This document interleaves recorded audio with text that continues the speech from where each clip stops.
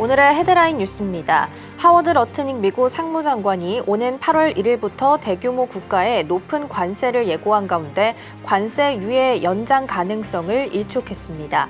우리 정부는 막판 협상을 위해 경제, 통상, 외교 라인의 고위 인사들을 미국에 급파하며 총력 대응에 나섰습니다. 러트닉 장관은 기본 관세 10%는 유지되며 시장 개방 정도에 따라 추가 관세가 부과될 것이라고 강조했습니다. 트럼프 정부는 관세 부담 속에서도 무역 협상은 계속될 수 있다고 여지를 남겼습니다. 도널드 트럼프 미국 대통령과 시진핑 중국 국가주석이 오는 10월 말 경주에서 열리는 에이펙 정상회의에서 만날 가능성이 제기됐습니다.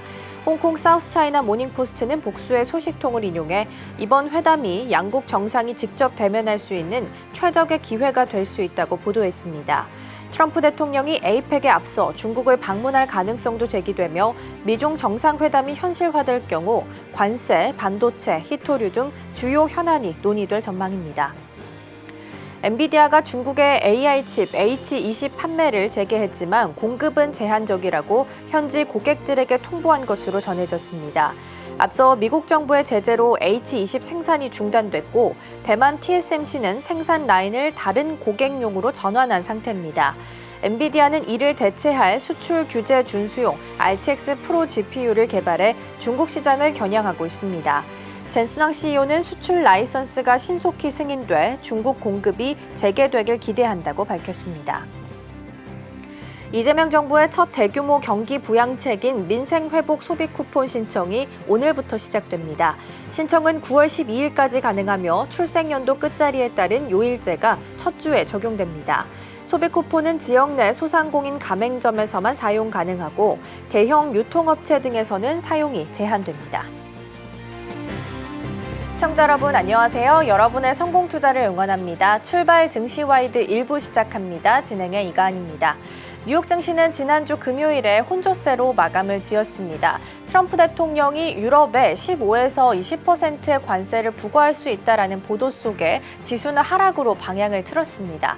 이 15에서 20이라는 숫자 자체가 지난 4월 2일에 유럽에 처음으로 상호 관세를 부과하기로 했던 그 20% 순에서 별로 달라지는 부분이 없다 보니까 투자자 입장에서는 협상을 한다 하더라도 크게 달라지는 게 없구나라는 부분에 실망할 수밖에 없었습니다. 그래서 이번 주는 관세에 대한 내용들을 특히 체크하면서 가셔야 할 것 같고요. 더불어서 이번 주에는 본격적인 어닝 시즌이 시작되는 만큼 특히나 경계감이 짙을 수 있다는 부분도 함께 염두하셔야 될 것 같습니다. 자, 그럼 이어서 오늘 저희가 준비한 코너 소개해 드리도록 하겠습니다. 오늘 첫 번째 코너로는 빅애플 스탁 준비되어 있습니다. 얼마 전 머스크 CEO가 앱스타인 편지와 관련해서 공개하라라는 발언이 있었죠. 관련해서 이 진실 공방이 펼쳐지고 있다고 하는데요. 잠시 후에 내용 체크해 보겠고요. 두 번째로는 넥스트 트레이딩 준비되어 있습니다. 미국 쪽에서 중국의 흑연에 반덤핑 관세를 부과할 수 있다라는 소식 속에서 오랜만에 지난주 금요일에 2차 전지 관련주들이 움직였습니다. 특히 소재 쪽에서의 움직임이 두드러졌었는데요. 애프터마켓에서의 움직임도 함께 체크해 보시죠. 자, 그럼 출발 증시와이드 1부 본격적으로 시작해 보도록 하겠습니다.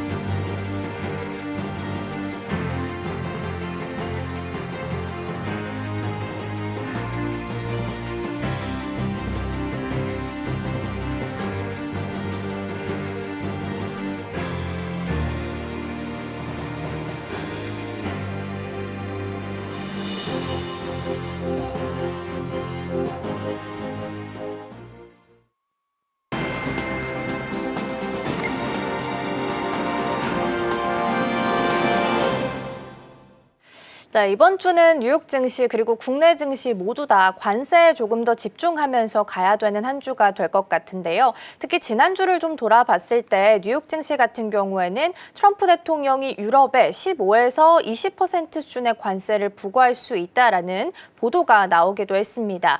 15에서 20% 수준이라고 한다면 지난 4월 2일에 있었던 그 상호 관세, 처음에 이야기했던 수준이 20%이기 때문에 만약에 실제적으로 협상이 이루어진다 하더라도 큰 기대만큼은 미치지 못할 수도 있겠구나라는 이야기가 나오고 있습니다. 그러다 보니까 우려감이 짙은 상황이고요. 이러한 시장 속에서는 특히나 관세에 대한 이슈 체크하면서 가셔야 될 것 같습니다. 경제 키워드 통해서 전략들 함께 점검해 보겠습니다. 오늘 도움 말씀에는 서울경제TV 윤경철 본부장 자리해 주셨습니다. 본부장님 어서 오세요. 네, 안녕하십니까. 네, 경제 키워드 통해서 전략들 점검해 보겠고요. 먼저 첫 번째 키워드부터 화면을 통해서 함께 만나보시죠. 네, 오늘의 첫 번째 키워드입니다. 트럼프 100억 달러 소송 보도록 하겠습니다. 앞서서 살짝 언급드린 것처럼 앱스타인 편지와 관련된 내용이고요. 이전에 머스크 CEO가 앱스타인 편지를 공개하라라는 발언을 내놓기도 했습니다. 이를 통해서 진실 공방이 좀 펼쳐지고 있다고 하는데요. 어떤 내용일까요? 해당 보도는 이제 월스트리트저널이 공개한 기사로 이제 트럼프 대통령이 2003년입니다. 한 20년 전 기사인데요. 앱스타인의 생일을 축하하면서 이제 보냈다는 편지에 나체 여성의 그림이 이제 포함되어 있다고 주장하고 있습니다. 월스트리트저널 측은 이 편지를 트럼프 대통령의 서명과 함께 공개하면서 마커로 그린 그림과 이제 타이핑된 메시지가 포함되어 있다고 설명했습니다. 그러자 이제 트럼프 대통령이 이제 명예를 훼손했다라고 이제 이야기하면서 자신의 소셜 미디어의 트루소셜을 통해서 그 편지는 명백한 조작이다라고 이야기를 했습니다. 그러면서 트럼프 대통령의 백악관 대변인 캐롤라인 레빗이 자신의 모든 해당 보도와 이제 악의적인 허위라고 하면서 이 해당 보도에 대해서 다우존스 발행사죠. 또 월스트리트저널과 그의 발행사인 포함해서 언론사와 관계자들에게 5명에 대해서 관련돼서 명예훼손 관련해서 100억 달러, 우리나라 돈 약 14조 원에 달하는 그런 금액에 대해서 어쨌든 소송을 제기했습니다. 소장에는 이제 마이애미 연방법원에 접수가 됐고요. 트럼프 대통령 측은 이 보도로 인해서 심각한 명예훼손과 재정 손실을 발생했다라고 이제 주장하고 있습니다. 월스트리트저널 모회사의 다우존스 측은 이에 대해서 대통령 측 소송 제기에 곧바로 강경 대응의 의사를 밝혔습니다. 다우존스 대변인은 통해서 보도의 정확성과 철저함에 대해서 전적으로 확신한다라고 이야기를 했습니다. 어떤 법적 절차에도 강력히 맞서겠다라고 이제 강조하고 있습니다. 그래서 사실 이제 이 부분에 대해서 서로가 이제 강경하게 맞서고 있기 때문에 진실 공방은 계속되지 않을까라고 이야기하고 있는데 이 부분은 상당히 좀 지켜봐야 되지 않을까라고 이야기하고 있고, 근데 사실 좀 궁금한 것이 20년 전의 이야기고 이 부분을 갑작스럽게 왜 꺼냈을까라는 부분이 좀 있습니다. 이 부분에 대해서 좀 궁금한데요.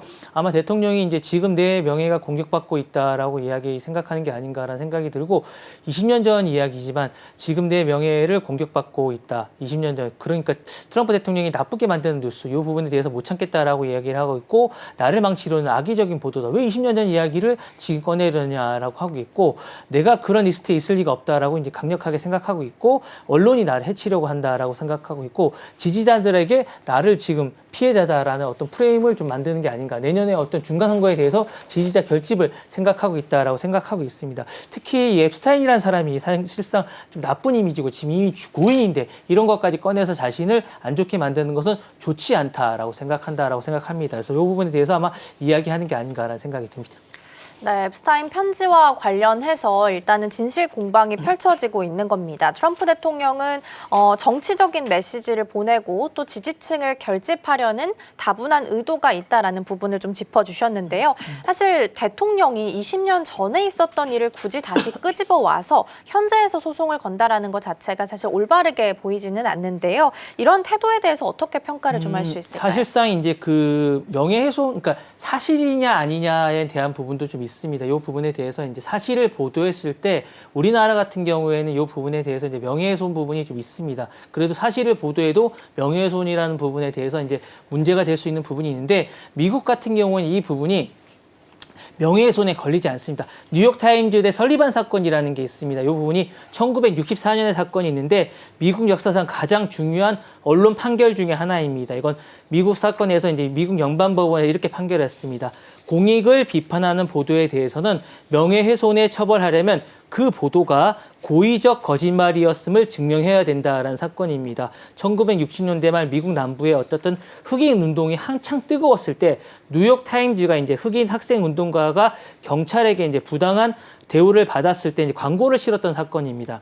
그런데 그런데 엘레바마주 몬고베리 경찰국장 설리반이 자신의 명예를 훼손당했다고 뉴욕 타임즈를 대상으로 명예훼손을 이제 제기했습니다. 그래서 지역 법원이 그때 손을 들어준 건 이제 설리반 쪽에 손을 들어줬고 이제 뉴욕 타임즈에 50만 달러를 벌금을 물게 했는데 이 부분에 대해서 이제 대법원이 판결을 어떻게 했냐면 1964년에 연방 대법원은 뉴욕 타임즈에게 대해서 승소를 했습니다. 그 이유가 언론이 공인을 어쨌든 비판할 수 있어야 민주주의가 유지된다라고 이야기를 하면서 이게 이제 상당히 어쨌든 의미 있는 판결이 돼서 상당히 이제 이게 사실로 드러나면 어쨌든 이 부분에 대해서 언론을 어쨌든 무죄로 이제 판결하는 게 이제 사실로 이제 판결됐기 때문에 사실상 이제 어쨌든 이 부분에 대해서 월스트리트저널이 이제 사실로 이게 판결이 될 경우에는 트럼프 대통령의 100억에 대해서 이제 이 민사상에 대해서는 이제 어쨌든 벗어나게 되기 때문에 이 부분이 만약에 월스트리트저널이 사실이라고 판결이 된다면 어쨌든 100억 원을 물지 않아도 된다라는 판결이 됩니다. 그래서 이 부분은 제가 말씀을 드리고 싶고요. 이제 트럼프 대통령 입장 이런 것 같습니다. 나는 거짓말에 당하지 않겠다라고 생각하는 것 같아요. 아무리 대통령이라도 이 부분에 대해서 이렇게 말하는 게 아닌가라는 생각이 듭니다. 언론이 사실도 아닌 걸 엉터리 편지로 나를 망신 준다는 건 말이 안 된다. 그러니까 권력자라도 이렇게 하면 안 된다. 피해자를 만들고 정당하게 소송을 만든다라는 생각이 있는 것 같고요. 반대편에 이런 것 같아요. 그렇게 큰 소송이 언론을 겁주기 위한 게 아닌가. 그런 건 다 사실이 아니다라는 생각입니다. 그래서 100억 달러라는 게 사실상 소송을 할 수 있다고 봅니다. 근데 14조 이건 좀 문제가 있는 게 아닌가라는 생각이 듭니다. 그래서 특히 권력자가 그러니까 트럼프에 대해서는 아무도 말을 못하게 한다라는 생각이 있는 것 같고요. 트럼프 대통령은 이 부분에서 좀 다른 대통령과 다르게 좀 문제가 있는 것 같습니다. 그전에 뭐 CBS라든가 뭐 메타라든가 다른 언론들하고도 상당히 ABC도 마찬가지고요. 그래서 상당히 많은 금액을 합의금으로 이끌어내면서 이 부분이 좀 문제가 됐다라는 생각이고요. 이거는 진실을 쓰는 언론에게 입막음을 할 수 있는 행동이라는 거에서 좀 문제가 있고 상당한 금액을 합의금으로 받아냈다는 게 좀 문제가 있는 것 같아요. 소송을 그냥 돈을 아니고 그냥 언론을 어쨌든 그 소송에 대해서 어쨌든 소송 기사에 대해서 어쨌든 자신의 반론 보도 정도로 끝냈으면 되는데 소송 금액을 받아냈다는 게 그것도 자신의 어쨌든 도서관에 기부해서 나중에 자신의 이득을 취하는 방법이 좀 문제가 있는 게 아닌가라는 생각이 있고요. 대통령처럼 힘 있는 사람이 이렇게 큰 소송을 하면 언론이 우리도 잘못을 하면 망하겠다라는 생각을 하고 겁먹는 어쨌든 정당한 비판을 못하게 될 수 있기 때문에 결국 그렇게 되면 국민을 대신하는 권력을 감시하는 어떤 와치독의 역할을 좀 못하게 되지 않을까라는 생각이 들고 민주주의가 어쨌든 위험해질 수 있기 때문에 좀 이건 좀 문제가 있는 게 아닌가라는 생각이 들고요. 힘센 사람이 너무 큰 소송을 하면 언론을 누르게 되면 사실상 다른 언론도 입막음을 하게 되기 때문에 이거는 좀 위험하지 않나라는 생각이 좀 듭니다. 네. 네, 일단 트럼프 대통령이 1990년대부터 2000년대 초반까지 앱스타인과 사적으로 교류를 했다라는 사실이 알려진 상황이다 보니까 문서 공개해달라라는 요구가 빗발치고 있는 상황이다라고 정리할 수 있겠습니다. 관련된 내용들은 나오는 대로 더 전달드리도록 하겠고요. 첫 번째 키워드 마무리하고 두 번째 키워드 함께 살펴보시죠. 네, 오늘의 두 번째 키워드입니다. 12조 기업이 사회적 약자라는 키워드입니다. 머스크의 뉴럴링크가 지금 90억 달러의 기업 가치를 인정을 받았는데 그 직전에 미국 연방정부의 사회적 약자 기업으로 등록한 사실이 드러났습니다. 왜 사회적 약자 기업으로 등록을 한 걸까요? 좀 웃긴 건데 이제 이게 돈에 관한 일론 머스크의 꼼꼼함이 좀 드러나는 게 아닌가라는 생각이 있는데 소외계층을 소유하는 운영기업이라고 있습니다. 스몰 디스어드밴티지 비즈니스라고 이제 우리로 따지면 이제 정부에서 이런 기업들에게 혜택을 주는 약간 그런 혜택이 있습니다. 그러니까 뉴럴링크가 4월 24일에 요걸 한 게 이제 드러났습니다. 그래서 CNBC 특종인데요. 뉴럴링크가 해당 등록을 직후한 6월 초에 이제 6억 5천만 달러 투자 이제 성공하면서 회사 가치가 90억 달러, 우리나라 돈으로 12조 정도에 대한 가치를 받았는데 요걸 성공하면서 요 기업에 어쨌든 자신들이 신청을 했어요. 왜 신청했을까라는 생각이 이제 논란이 이 부분에 대해서 어쨌든 있고 자신이 당시에 이제 도지부에 있으면서 예산 감축을 한창 할 때였고 다양성, 형평성, 포용성의 예산 삭감을 이렇게 주도하는 입장이었는데 이럴 때 이런 부분에 자신이 또 신청을 하는 게 말이 되느냐라는 생각이 좀 듭니다. 실제로 올 2월에 머스크가 교육부 산하에 어떤 이런 수백만 달러를 삭감 삭감하고 있는 때였는데 이건 좀 문제가 있는 게 아닌가라는 생각이 한쪽에서는 자신이 이런 부분에 사회적 약자에 대한 부분에 삭감을 하고 있습니다. 다른 한쪽으로는 이런 혜택을 받는 등록하는 것은 게 위선적인 행보가 아닌가라는 이야기가 좀 나오고 있습니다. 또 과거에는 이 부분에 대해서 허위 등록하는 거에서 법률적으로 이제 자신이 법적 조치를 취한 전례가 있으면서 자기는 또 신청을 한다. 이게 말이 되지 않냐라는 이야기를 하고 있고 현재 뉴럴링크는 중증 마비 환자를 위한 뇌 인터페이스를 개발 중입니다. 해당 기술은 사실상 인간의 뇌에 대한 생각을 위한 이런 첨단 기술을 하고 있는데 이런 부분에 대해서 자신들이 이제 사회적 약자라고 이제 신청을 하고 있습니다. 그래서 이 부분에 대해서 이제 이야기를 하고 있는데 이것만으로는 신청이 좀 약하다고 이제 생각을 하고 있습니다. 그래서 이 부분에 대해서 사실 맞느냐 안 맞느냐 향후에 좀 따져봐야 되지 않을까라는 생각이 있는데 왜 이걸 노렸을까라는 생각이 좀 있습니다. 그래서 이 부분에 대해서 아마 정부랑 손잡으면 더 큰 사업이 있다라고 생각하는 게 아닌가라는 생각이 첫 번째 좀 있는 것 같아요. 그래서 더 많은 돈을 벌 수 있기 때문에 아마 그런 생각이 있는 것 같아요. 그래서 국방부라든가 아마 보훈부라든가 나사라든가 이런 부분에 대해서 계약을 맺기 쉽기 때문이 아닌가라는 생각이 있어요. 우리나라도 아마 정부랑 먼저 하나 사업을 맺으면 사회적 약자라는 이런 혜택이 있으면 다른 사업을 좀 맺기 쉽은 것처럼 미국도 이런 게 좀 있습니다. 그렇기 때문에 신경기술, 내칩 같은 기술이 특히 정부랑 많은 관심이 있기 때문에 그래서 뉴럴링크가 아마 우리는 SDBR라는 게 사회적 약자 계약을 맺으면 아마 먼저 계약을 해줘라고 했던 거라는 생각이 먼저 들고요. 두 번째는 이런 생각이 있기 때문에 그렇기 때문이 아닌가라는 생각이 들고요.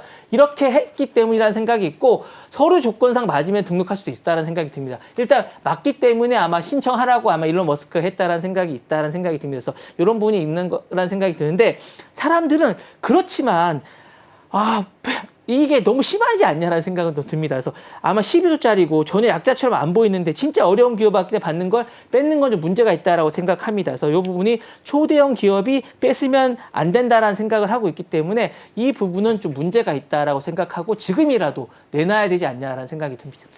네, 머스크 CEO가 가지고 있는 다른 기업들에서 사실 충분히 이윤을 내고 있음에도 불구하고 사회적 기업으로 등록을 했다라는 건데요. 즉, 정부에서 조금 더 많은 혜택을 받기 위해서 오히려 작은 회사처럼 등록을 했다라는 말씀을 주셨습니다. 법적으로 가능하긴 하지만 사실 도덕적으로 봤을 때는 약간 의문을 가질 수밖에 없을 것 같아요. 이렇게까지 기업을 운영하는 이유는 뭘까요? 머스크는 좋은 말은 하지만 이익은 절대 놓치지 않는 약간 그런 아주 찬스에 강한 그런 사람입니다. 내 기술로 사람을 도와주겠다고 이제 AI를 위험하다, 우주로 이주해야 된다고 멋진 말을 자주 하지만 실제 행동을 보면, 그러니까 그 머스크는 말을 보지 말고 그 사람이 손과 발을 보라는 말이 늘 있습니다. 그 사람을 보면 행동을 보면 정부 보조금을 받기, 경쟁자를 밀어내기, 투자금을 끌어오기 등 사업가로 전략이 늘 있습니다. 그래서 그 사람의 행동은 늘 그렇기 때문에 이 부분은 늘 자세히 봐야 됩니다. 그래서 머스크의 행동은 그렇지 않기 때문에 이 부분은 늘 그렇기 때문에 자신의 행동은 그렇지 않습니다. 그래서 이 부분에 절대 놓치지 않기 때문에 그런 행동이 아니었나라는 생각이 들고요. 그 다음에 머스크는 세상을 바꾸려면 늘 돈이 있어야 된다고 믿습니다. 그래서 이번 행동도 그런 발로가 아니었나라는 생각이 들기 때문에 내가 정말 중요한 기술을 만들려면 정부도 이용하고 투자도 받아야 되고 정말 그리고 그러니까 적자 생존이라고 생각합니다. 그래서 이기는 자만이 아마 생존한다라고 생각하기 때문에 이기고 살아남자. 그래서 사회적 약자기로 등록하는 것도 이걸 이용해서 내가 더 빨리 기술을 만들고 해야 된다라고 만든다는 생각을 판단한 게 아닌가라는 생각이 들면서 이렇게 한다라는 생각이 들고요. 그러면 이런 생각도 해볼 수 있을 것 같아요. 아니 그 전에 오픈 AI를 아마 이 사람이 또 비난을 했어요. 공익적 기업을 해야 된다면서 왜 그렇게 이야기하냐라고 이야기합니다. 자신도 오픈 AI를 처음에 창의했을 때 돈벌이를 한다라고 비난을 하면서 이 부분에 대해서는 또 왜 그렇게 이야기하냐고 하는데 본인은 돈벌이 하면서 남이 하는 거 왜 그렇게 이야기하면서 이렇게 얘기하는데 이런 태도는 이뿐만이 아니기 때문에 머스크를 뭐라 할 수가 없습니다. 머스크는 내로남불 태도가 늘 있기 때문에 그 부분에 대해서는 뭐라 할 수 없는 부분이 계속 있기 때문에 이 부분에 대해서는 지켜봐야 되지 않을까라는 생각이 드는 게 머스크는 남이 하는 행동에 대해서는 계속 비난하면서 자기 하는 행동에 대해서는 계속 이런 태도는 계속 지켜봐야 되지 않을까라는 생각이 듭니다. 네. 네, 그러게요. 머스크식 이중 잣대에 대한 논란이 좀 펼쳐질 수도 있지 않을까 싶습니다. 12조 기업이 사회적 약자로 등록했다라는 두 번째 키워드 살펴봤고요. 다음 키워드 함께 넘어가 보시죠. 네, 다음 키워드는 틱톡 인수 무산입니다. 틱톡 미국 사업 인수를 둘러싸고 논의가 좀 이뤄지고 있는데 다시 한번 좀 복잡해지는 모습이 나타나고 있습니다. 이 세계 최대 사모펀드로 알려져 있죠. 블랙스톤이 틱톡 인수 컨소시엄에서 이탈한 것으로 확인이 되고 있는데요. 왜 이탈을 했다라고 봐야 될까요? 일단은 그 계약 기간이 너무 길어져서 그런 것 같아요. 기본적으로 이제 블랙스톤이 이제 이 부분에 대해서 미국에서 돈을 투자했던 가장 큰 회사인데 그만하겠다는 게 핵심인 것 같아요. 그러니까 단순한 기업 거래가 아닌 미중이 되게 얽혀 있는 요 부분인데 요 부분에 대해서 일단 미국에서 팔아야겠다고 했고 그 기한이 계속 연장되고 있습니다. 지금까지 3번 연장됐고 지금도 언제 해야겠다는 게 없습니다. 이번 딜까지도 다음 달까지도 한 달 더 블랙스톤이 이렇게 언제 끝날지 모르는 게임이 있는데 사모펀더는 이런 부분을 되게 싫어합니다. 정확하게 있어야 되는 부분이고 언제까지 끝나야 되고 돈을 계속 미루는 부분을 너무 싫어합니다. 아무리 대통령이라고 해도 돈에 관해서는 맺고 끊는 게 정확하게 해야 되는 부분이 정확한데 사모펀드 부분이 이 불확실성을 너무 싫어하기 때문에 이런 부분이 계속 미뤄지는 매각 시한 때문이 아닌가라는 생각이 있고 두 번째로는 중국이 어쨌든 싫어한다는 게 명확하게 이번에 드러났다는 게 어쨌든 사모펀드가 싫어하는 게 아닐까라는 생각이 듭니다. 틱톡의 본사는 바이트댄스입니다. 근데 중국 정부가 이 매각을 반대하고 싫어하고 있습니다. 그래서 미국한테 틱톡을 뺏길 수 없다라고 반대하고 있기 때문에 그러나 블랙스톤은 아무리 해도 결국 중국이 막았으면 의미 없다는 걸 정말 잘 알고 있기 때문에 이래서 아마 블랙스톤은 이 부분이 의미 없다라는 생각을 하고 있기 때문에 발을 빼는 게 아닌가라는 생각이 들고 위험에 비해 돈이 얼마 안 될 것 같다. 마지막으로 이겁니다. 아무리 뭐 기한이 길고 중국이 반대를 해도 돈이 된다고 그러면 사모펀드는 합니다. 근데 이제 투자자라는 결국 위험 이익을 비교하는 건데 틱톡이 지금 정치 싸움 한가운데 있어서 너무 불안정하고 블랙스톤은 이 정도 리스크라면 딴 데 투자하자라고 결정을 한 게 아닌가라는 생각이 들어서 아마 이런 결정을 내렸다라고 판단이 듭니다. 네, 틱톡 같은 경우에는 미중에 있어서 무역 갈등을 해결하는 또 핵심 키워드로 이야기가 좀 나오고 있는 상황인데요. 블랙스톤은 틱톡 인수전에서 발을 빼는 듯한 움직임 나타납니다. 자, 그렇다면 틱톡 인수는 결과적으로 어떤 방향으로 좀 흘러가게 될까요? 틱톡은 지금 남은 뭐 블랙스톤이 빠졌더라도 지금 남은 인수자들이 투자자들이 남아 있습니다. KKR이라든가 오라클인가 안드리스인가 호로위치 등이 남아 있기 때문에 이런 사람들이 결정을 하게 될 것 같고요. 시간이 그렇지만 많이 남아 있지 않습니다. 미국 정부는 2026년 1월 19일부터 이제 안 팔면 계속 하겠지만 일단 3개월을 연장했기 때문에 3개월 안에 뭔가를 해야 될 것 같고 계속 미루는 건 일단 답이 아닌 것 같습니다. 그래서 이런 부분이고 중국 허락 없이면 안 됩니다. 그래서 미국에 계약을 해도 중국이 안 된다고 하면 계약은 무산되는 거고요. 가능성은 아까 말씀하셨다시피 이제 경주에서 이제 만나게 되실 것 같지 않습니까? 요 이제 트럼프 대통령과 시진핑 주석이 만나게 되면 요게 아마 이제 상징될 가능성이 좀 있을 것 같아요. 그러니까 많은 부분 히토류라든가 많은 것도 하겠지만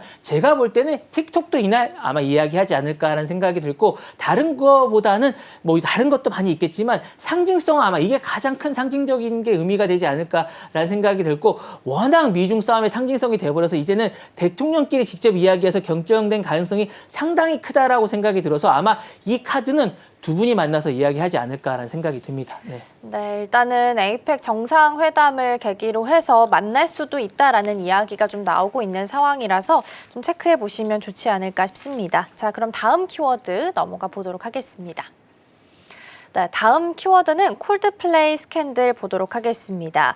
아스트라노머의 CEO가 앤디 바이런인데요. 직무에서 물러났다라는 기사가 보도가 됐습니다. 그 발단이 됐던 게 콜드플레이 콘서트 때문인데요. 그때 이제 대형 스크린에 포착된 장면에서 아스트로노머의 CEO와 그 회사에 있는 CPO가 친밀한 스킨십을 나누는 장면이 포착이 되면서 논란이 좀 됐던 건데요. 어떤 부분을 살펴봐야 되는 걸까요? 사실 이게 이제 내면에 나가야 될 건데 사실 이거 해야 되는 건 이제 아스트로노머가 이제 IT 기업이라는 것 때문에 제가 이제 쓰는 건데 사실상 이제 해당 장면이 이제 갑자기 이 부분에 비쳤습니다. 순식간에 이제 요 부분이 이제 콜드플레이어의 이제 콘서트 장면인데 요 장면에 이제 공공 장소에 친밀한 스캔들이 이제 나오는 장면이었습니다. 이제 바이런 CEO가 이제 아스트로노머 CEO입니다. 이제 아스트로노머 바이런 CEO와 자사 인사 담당이죠. 이제 책임자가 이제 크리스턴 캐봇이라고 있는데 이 두 사람이 공공 장소에서 친밀하게 이제 스킨십을 하는 장면이 나오는 장면이 고스란히 나왔습니다. 근데 이 부분이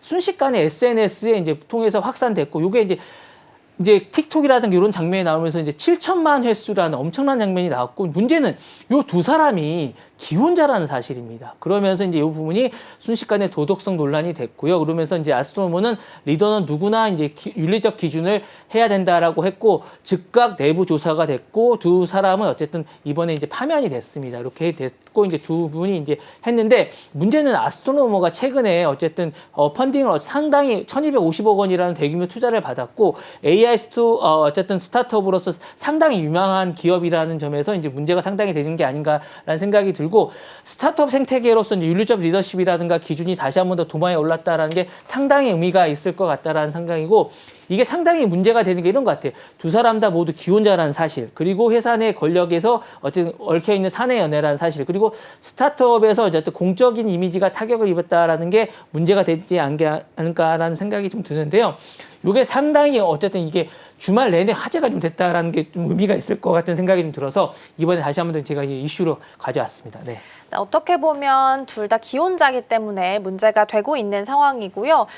콜드플레이 콘서트를 통해서 이러한 내용이 생중계되면서 CEO가 직무에서 물러나는 사태까지 현재 빚어졌다라는 부분 이야기 나눠보고 있습니다. 사실 이번 사건이 기업 문화나 윤리 기준에 있어서도 어떤 시사점을 좀 살펴봐야 되는 걸까요? 이게 사실 그 문제를 좀 읽는 게 뭐냐면 사생활도 회사의 얼굴이라는 게 좀 문제가 될 것 같아요. 이게 뭐 사생활 수 있겠지만 여러 가지로 CEO가 공공 이미지라는 게 회사의 그러니까 사생활이지만 이 사생활도 사실은 직급 차이 또 여러 가지도 작은 회사라도 윤리 규칙이 꼭 필요한 게 아닌가라는 생각이 듭니다. 사생활이라도 개인적으로 나오면 이게 어쨌든 회사의 얼굴이라는 것이 문제가 되는 거고 행동보다는 그 행동 자체가 조직에 주는 것도 작은 영향이라는 게 상당히 문제가 된다라는 생각이 듭니다.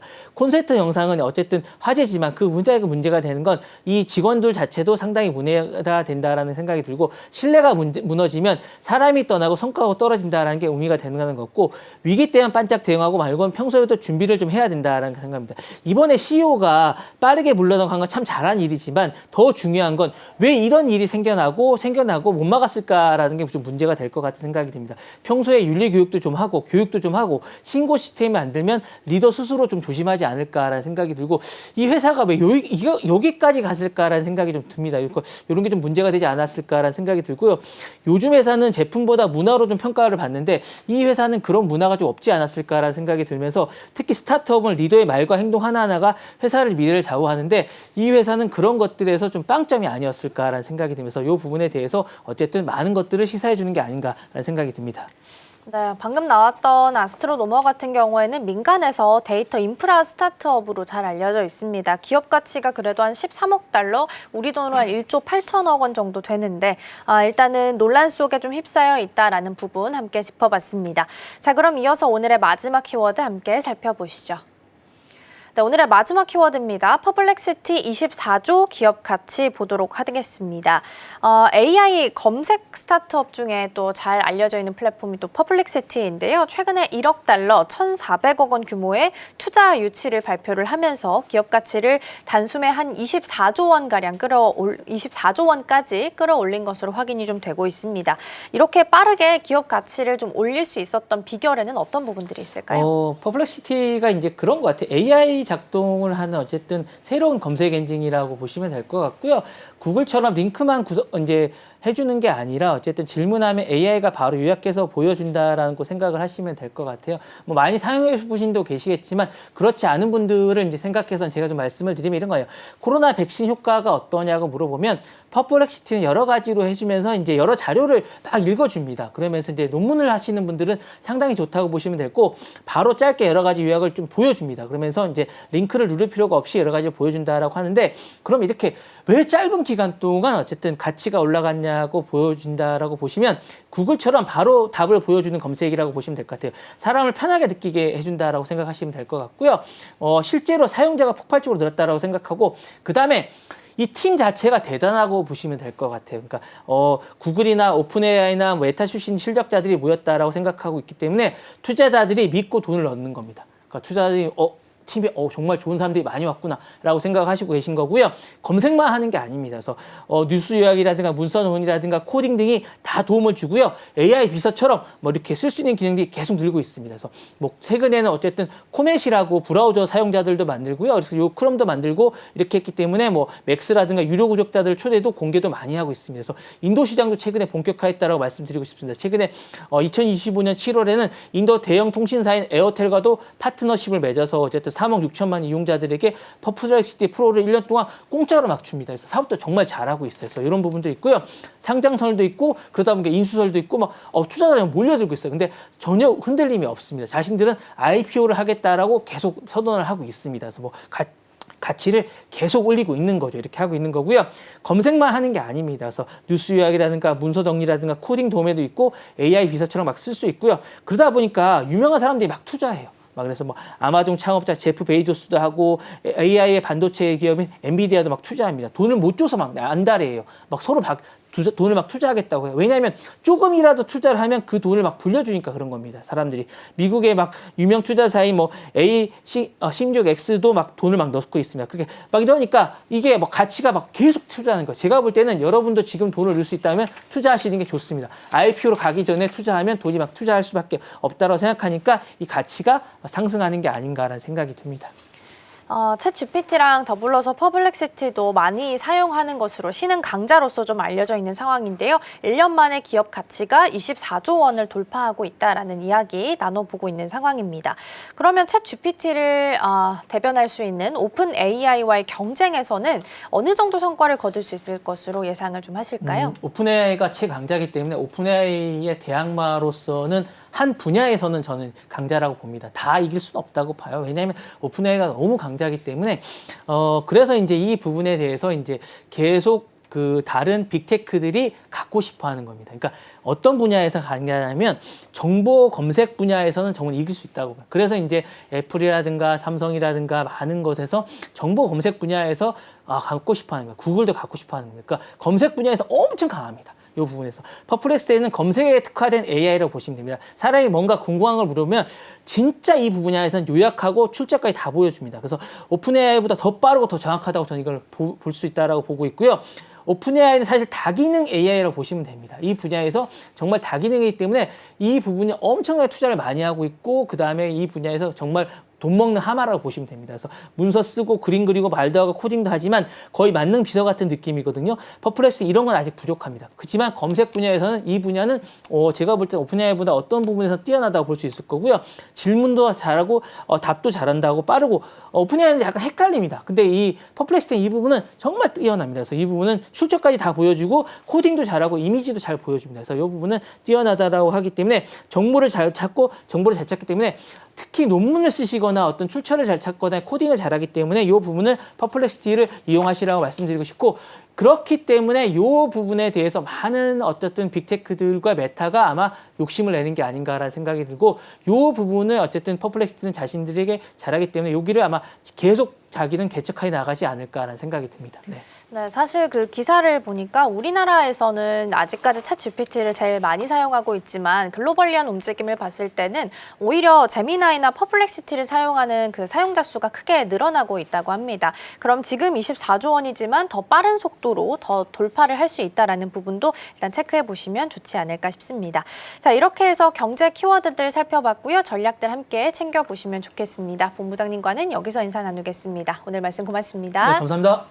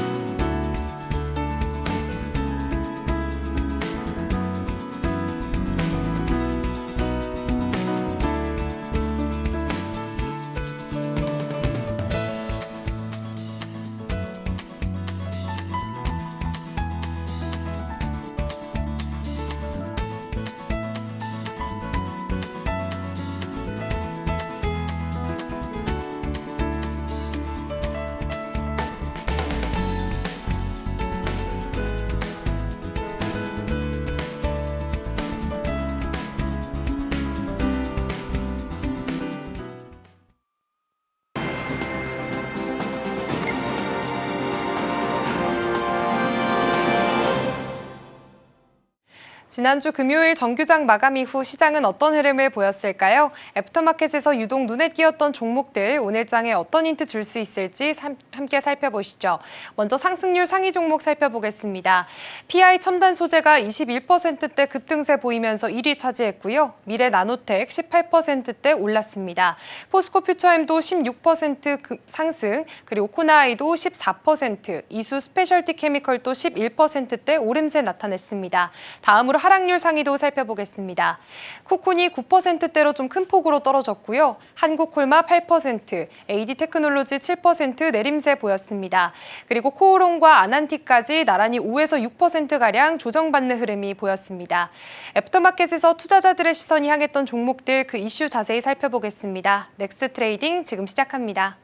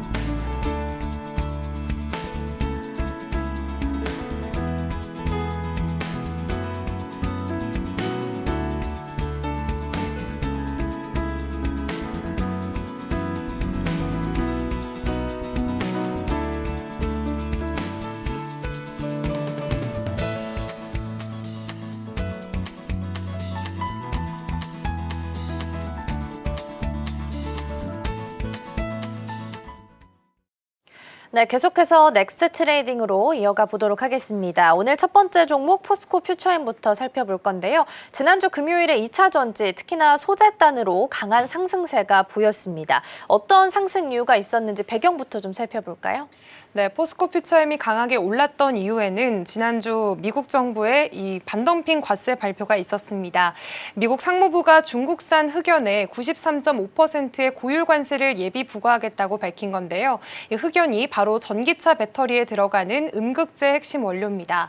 지금 미국은 음극재 원료를 대부분 중국에 의존을 하고 있는데 이번 조치로 인해서 중국산 제품의 수출길이 사실상 막히게 된 겁니다.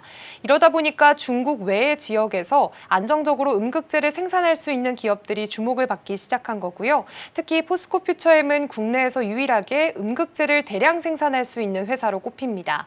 그래서 시장에서는 이 회사가 중국산을 대체할 수 있는 대표 공급처가 될 수 있다라는 기대감이 커졌습니다. 실제로 포스코 퓨처엠은 중국산이 아닌 비중국산 원료를 활용해서 음극재를 생산하고 있습니다. 이렇게 중국 의존도가 낮고 또 공급망도 국내 중심으로 짜여 있다 보니까 미국 시장에서 중국산을 대체할 수 있는 안정적인 파트너로 주목을 받고 있는 건데요. 그래서 이번 관세 발표 이후에 포스코 퓨처엠에 강한 매수세가 몰리면서 주가가 급등한 것으로 보입니다. 네, 미국이 이제 중국산 흑연에 반덤핑 관세를 부과할 수도 있다라는 이야기가 나오면서 관심을 좀 받았던 건데요.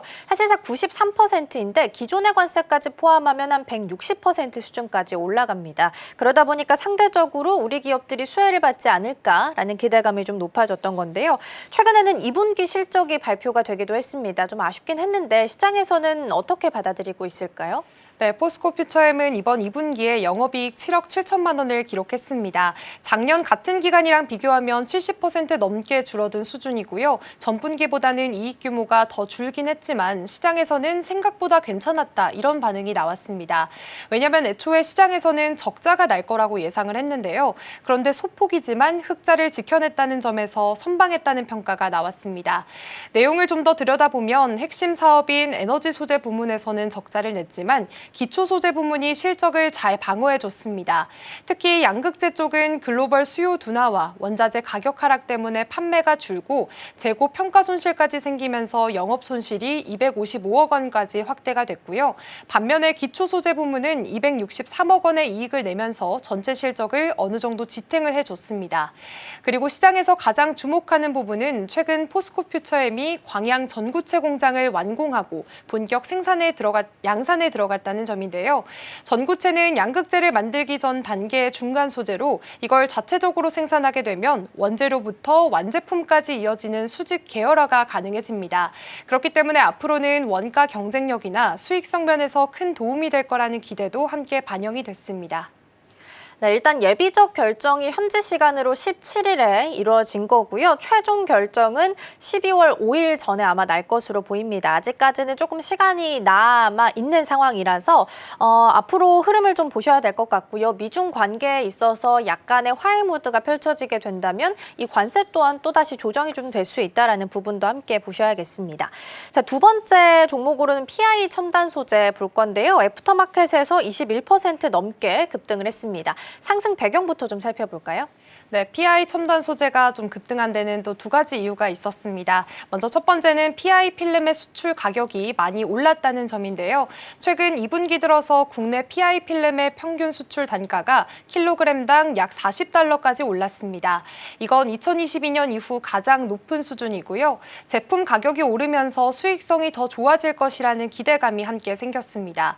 또 두 번째는 스마트폰용 초극박 필름 수요가 늘고 있다는 점입니다.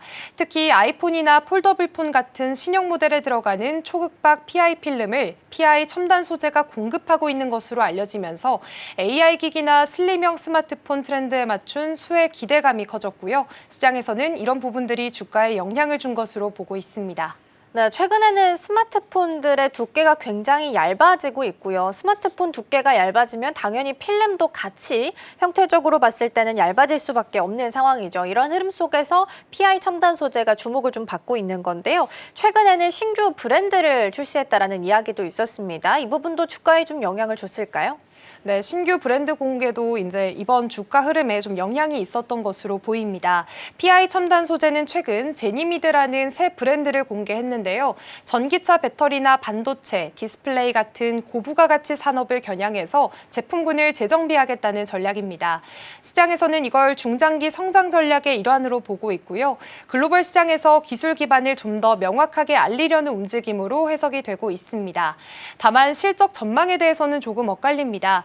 일부 증권사에서는 2분기 영업이익이 기존 예상보다 낮을 수 있다고 봤고요. 초극박 필름의 수요는 많지만 공급은 제한적일 수 있다는 지적도 나왔습니다.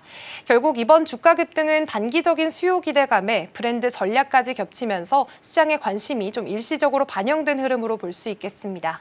네, 다만 이제 본격적인 어닝 시즌이 시작된 만큼 실적에 대해서는 전망이 좀 엇갈리고 있으니까요. 주가 추이 좀 보셔야 될 것 같고요. 넥스트 트레이드 프리마켓 기준으로 PI 첨단 소재는 현재 4% 정도 상승불 켜져 있습니다. 자, 그럼 다음 종목 넘어가 보겠습니다. 이번에는 녹십자 이야기 해볼 거고요. 제약 바이오도 개별적인 이슈에 따라서 호재타고 주가 상승세를 좀 시현하고 있습니다. 아무래도 이제 어닝 시즌이 시작됐다 보니까 이제는 좀 숫자가 찍힐 수 있는 종목들 또한 함께 관심을 좀 받고 있고요. 그중 하나가 녹십자입니다. 애프터마켓에서 7% 넘게 올랐습니다. 2분기 실적에 대한 기대감이 현재 깔려 있는 거죠? 네, 맞습니다. 녹십자는 2분기 실적 발표를 앞두고 시장 기대를 뛰어넘는 성적이 나올 거다라는 그런 기대감 때문에 시장에서는 매수세가 좀 빠르게 몰렸습니다. 증권사들에 따르면 녹십자의 2분기 매출은 5천억 원 안팎, 영업이익은 260억 원대로 예상이 되는데요. 작년 같은 기간보다 매출은 약 20%, 영업이익은 절반 가까이 늘어난 수준입니다. 시장 예상치였던 200억 원대 초반보다 훨씬 높은 수준이기 때문에 실적 발표 전부터 주가에 선반영되는 분위기고요.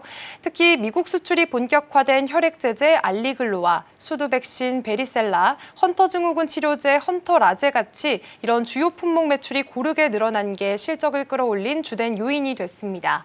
그중에서도 알리글로는 300억 원 가까운 매출이 예상이 되면서 전분기보다 170% 넘게 증가한 수준이고요. 전문약 수출도 북아프리카를 중심으로 회복이 되면서 전체적으로 고르게 반등하는 흐름이었습니다.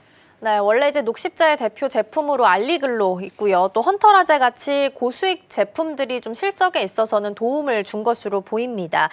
이 흐름이 하반기 실적이나 뭐 주가에도 같이 긍정적인 영향을 좀 줄 수 있을까요? 네, 증권가에서는 이 녹십자가 올해부터 본격적인 실적 반등 국면에 들어섰다는 평가가 이어지고 있습니다.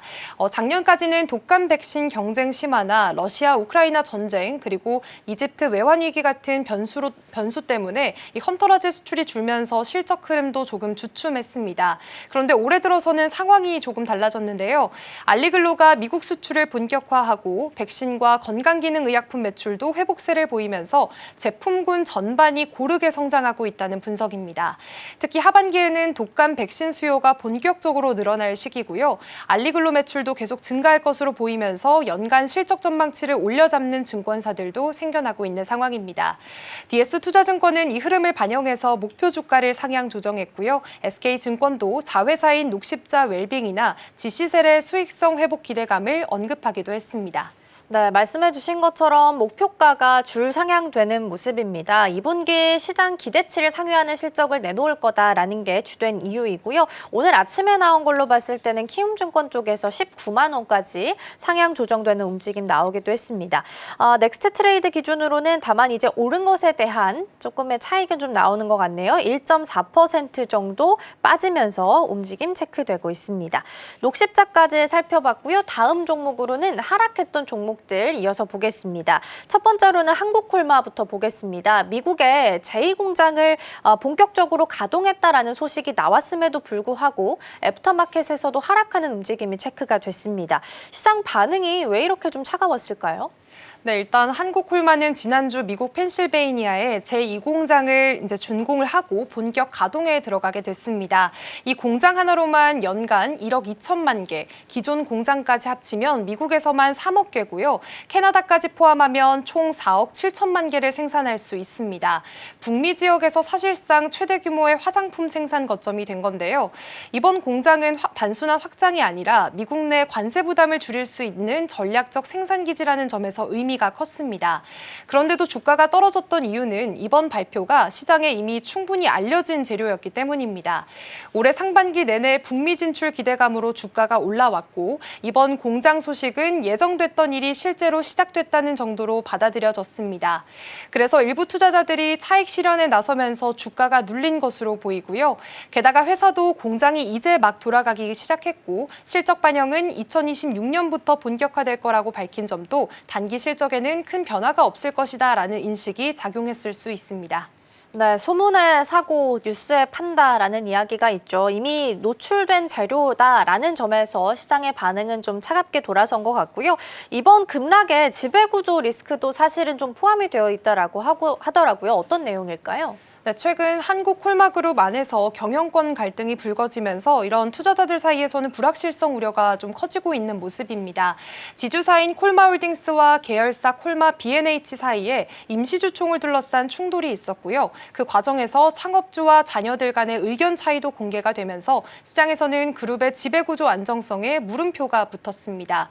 특히 콜마 B&H는 한국콜마와 연결된 핵심 계열사이기 때문에 이런 갈등이 실제로 경영에 영향을 주게 되면 모회사인 한국콜마의 실적이나 또 전략에도 파장이 있을 수 있다는 우려가 나왔습니다.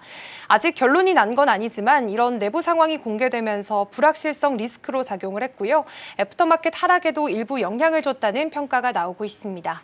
그러게요. 일단은 지주사를 대표하고 있는 오빠랑 자회사를 대표하고 있는 동생 사이에서 좀 갈등이 있는 상황입니다. 단기적으로 뭐 경영권 리스크 갈등과 관련해서는 주가 상승을 견인할 수 있겠지만 장기적으로 봤을 때는 불확실성을 높일 수 있다라는 부분도 보셔야 될 것 같고요. 한국콜마는 오늘도 추가적인 하락이 나오긴 합니다. 0.71% 프리마켓에서 떨어지고 있고요. 최근에 잘 갔었던 달바 글로벌 같은 경우에도 큰 폭의 좀 하락이 있었으니까 참고해 보시면 좋겠습니다. 그러면 일단은 다음 종목으로 일진전기도 좀 추가적으로 살펴보겠습니다. 정규장에서는 강보합으로 마감을 했지만 애프터마켓에서는 5% 넘게 하락을 하면서 흐름이 엇갈리는 모습이었습니다. 하락 배경부터 좀 살펴볼까요? 네, 일진전기는 금요일 장 마감 직후에 앞으로 6개월 동안 공공기관 입찰에 참여할 수 없다라는 그런 공시를 내면서 애프터마켓에서 투자 심리가 빠르게 꺾인 모습이었습니다. 이 결정은 한국전력이 발주한 전력 원자력 설비 입찰 과정에서 담합한 사실이 적발이 되면서 내려진 조치인데요. 일진전기뿐만 아니라 HD 현대일렉트릭, 효성중공업, LS일렉트릭 등 10개 업체가 함께 제재 대상에 포함이 됐습니다. 그래서 일진전기는 오는 25일부터 내년 1월 24일까지 6개월 동안 공공기관과의 계약이 제한이 되고요. 이 기간 동안 영향을 받는 매출 규모가 약 2,700억 원, 작년 전체 매출의 17%에 해당하는 금액입니다. 이런 내용이 장 마감 후에 공개가 되면서 단기 실적에 대한 우려가 커졌고요. 그게 곧바로 애프터마켓 주가 하락으로 이어지게 됐습니다. 네, 일단은 매출에 영향을 줄지 안 줄지에 대해서는 의견이 좀 분분한 상황이긴 합니다. 그래서 다른 대안이 없는 상황이다 보니까 과연 매출에 크게 영향을 줄 수 있을 것이냐라는 시각도 같이 나오고 있으니까 이 부분도 참고해 보시면 좋겠고요. 일단 가장 중요한 건 회사의 대응이겠죠. 회사 측에서는 어떻게 대응할 거다라는 이야기가 좀 나오고 있을까요? 네, 일진전기 측은 이번 조치에 대해서 좀 법적으로 대응하겠다라는 입장을 밝혔습니다. 입찰 제한을 멈춰달라는 집행 정지 신청과 처분 자체를 취소해달라는 소송을 함께 진행할 계획인데요. 이게 받아들여지면 제재 효력이 일시적으로 멈출 수도 있다고 설명을 했습니다. 또 하나 이번에 문제가 된 제품이 친환경 제품으로 전환되고 있는 품목이라 향후 매출에는 큰 영향이 없을 수도 있다는 입장도 함께 내놨고요. 해외 시장과 민간 시장 중심으로 매출처를 더 넓혀서 영향 최소화에 나서겠다는 전략도 발표를 했습니다. 다만 시장에서는 소송 결과가 언제 나올지 불확실하고 그 사이에 투자 심리가 위축이 계속될 수 있다는 우려도 있는 상황입니다. 네, 일단은 JP모건 쪽에서 20일로 기억을 하는데 나왔던 보고서를 보면은 입찰 금지가 있다 하더라도 재무적인 영향이 크지는 않을 거다라는 이야기가 좀 있었습니다. 그래서 참고해 보시면 좋겠고 방금 살펴봤던 일진전기도 있지만 HD 현대일렉도 같이 언급이 됐습니다. 오늘 3.63% 정도 하락을 하고 있고요. 방금 살펴봤던 일진전기 같은 경우에는 4.7%로 조금 더 하락폭이 깊다라는 부분도 함께 챙겨보시면 좋겠습니다. 자, 넥스트 트레이딩은 여기서 마치겠습니다. 김고은의 오늘 말씀 고맙습니다. 네, 고맙습니다.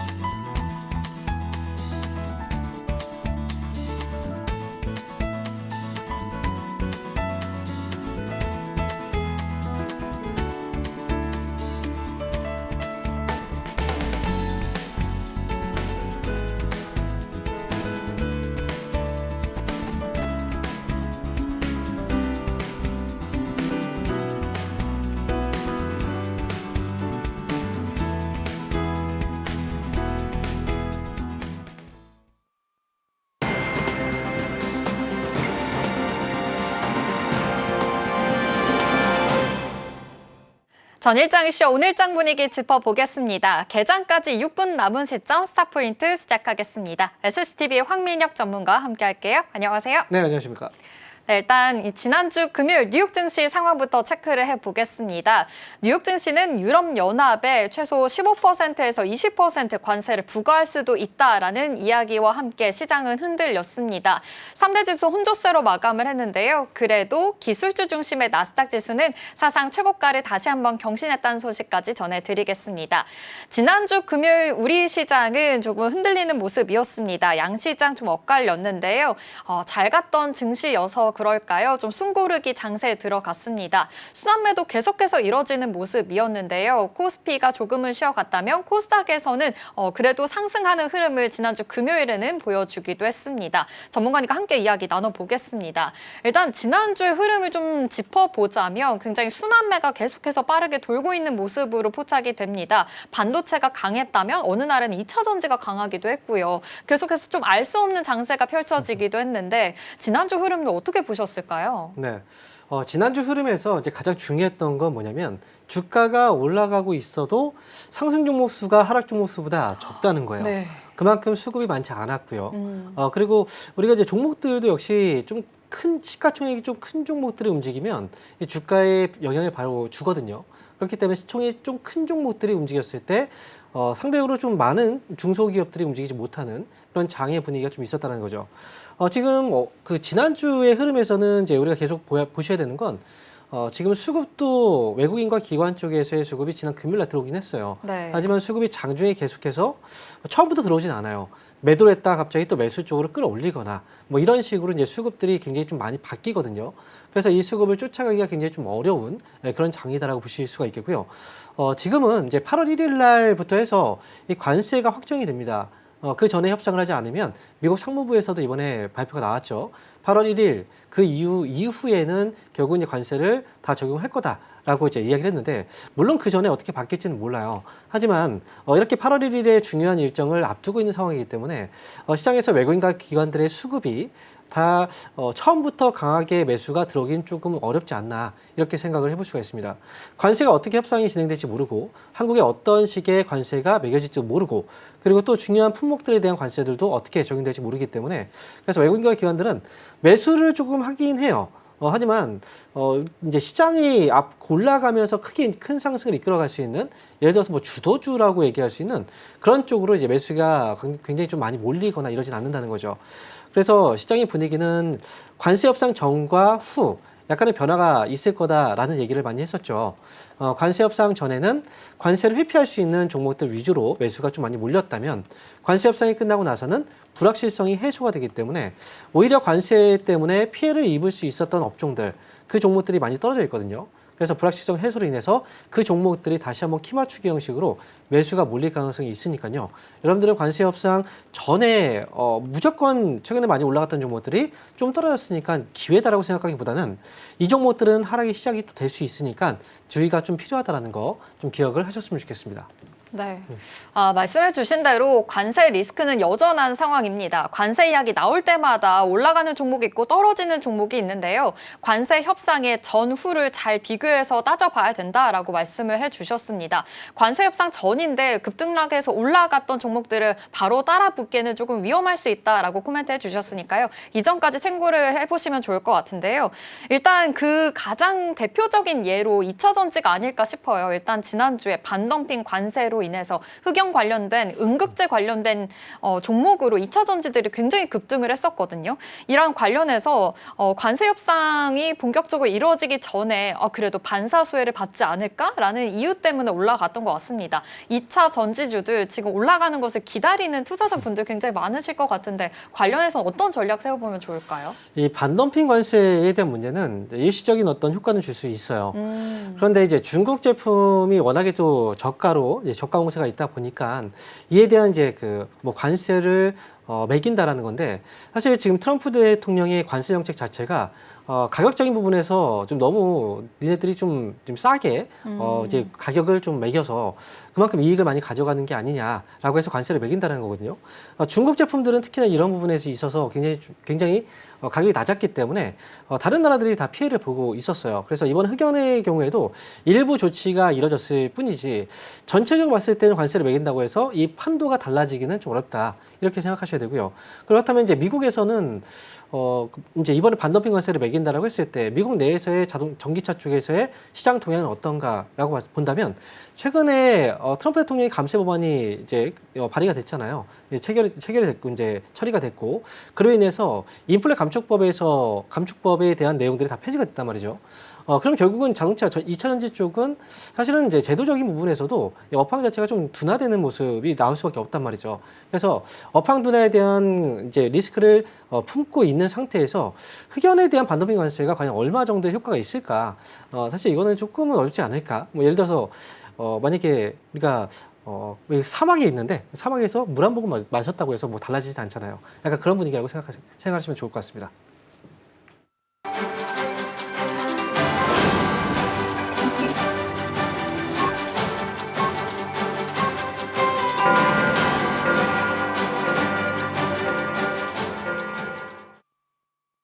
(7월 21일) 월요일 우리 시장 본격적으로 문 열어보도록 하겠습니다. 일단 지난주 금요일 뉴욕 증시는 역시나 관세 이슈로 인해서 좀 흔들리는 장세였습니다. 유럽연합에 최소 15%에서 20% 관세를 매길 수 있을 것이다 라는 이슈와 함께 계속해서 숨고르기 장세가 이어졌는데요. S&P 500 지수와 다우존스가 약보합으로 마감을 했고요. 기술주 중심의 나스닥 지수 많이 상승하면서 사상 최고가를 또다시 경신했다라는 소식까지 전해드리겠습니다.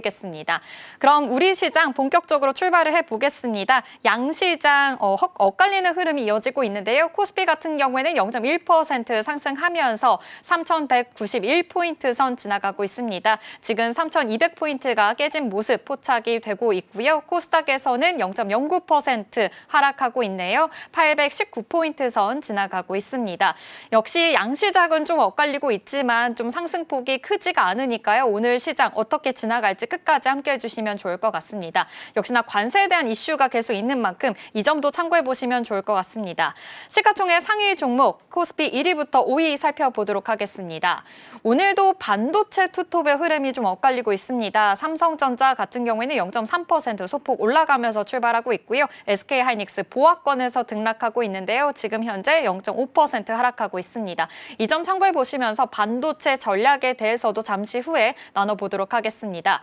LG 에너지 솔루션 0.16% 하락하면서 출발하고 있습니다. 예측가에서는 상승하면서 출발할 것으로 보였는데 오늘 보합권에서 역시나 머물고 있다는 점 체크해 보시면 좋을 것 같고요. 삼성 바이오로직스 또한 0.1% 상승하고 있지만 상승과 하락을 계속해서 반복하고 있습니다. 한화 에어로스페이스는 오늘 크게 빠지고 있네요. 1.34% 하락하면서 계속해서 좀 하락폭이 깊어지고 있다는 점까지 체크해 보시면 좋을 것 같습니다. 이어서 코스닥 1위부터 5위도 살펴보겠습니다.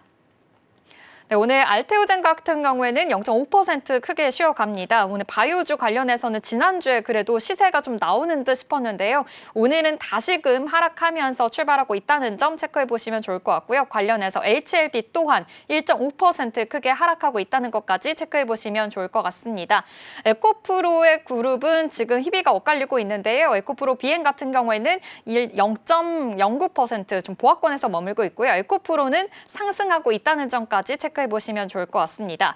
지금 페트론의 강세가 두드러집니다. 페트론 같은 경우에는 전립선 암과 성조숙증 관련해서 치료제가 지금 식약처에 허가가 됐다라는 소식이 지난주부터 있었죠. 관련해서 시세를 계속해서 받고 있었는데요. 지금 시가총액 3위까지 올라온 모습입니다. 지금 현재 3.5% 강세 흐름 보이고 있다는 점까지 체크해 보시면 좋겠습니다. 오늘 코스닥 관련해서는 시총에서는 대부분 종목들이 좀 쉬어가고 있습니다. 그러다 보니까 관련된 종목들 그리고 바이오 종목들도 오늘 같이 숨고르기 하고 있다는 점까지 체크를 해보시면 되겠습니다.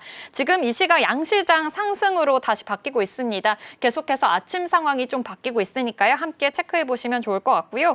외국인들이 지금 수급에서 보시면 들어오고 있는 것이 포착이 됩니다.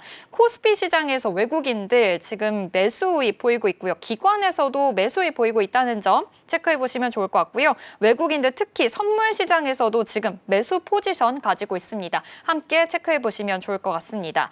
전문가님 오늘 월요일 아침 시장 아무래도 좀 급등락은 있긴 하지만 외국인들의 매수세가 들어오고 있다는 점은 좀 긍정적으로 봐야 되지 않을까라는 생각이 듭니다. 지금 시장 분위기 어떻게 보고 계실까요? 네, 보통 요즘에 외국인들이 처음부터 매수가 들어오는 경우들이 별로 없어요. 네. 보통 매도하다가 매수 쪽으로 전환되는 경우들이 좀 많이 있는데 네. 오늘 같은 경우에 외국인들이 매수가 지금 800억 정도 잡히고 있거든요.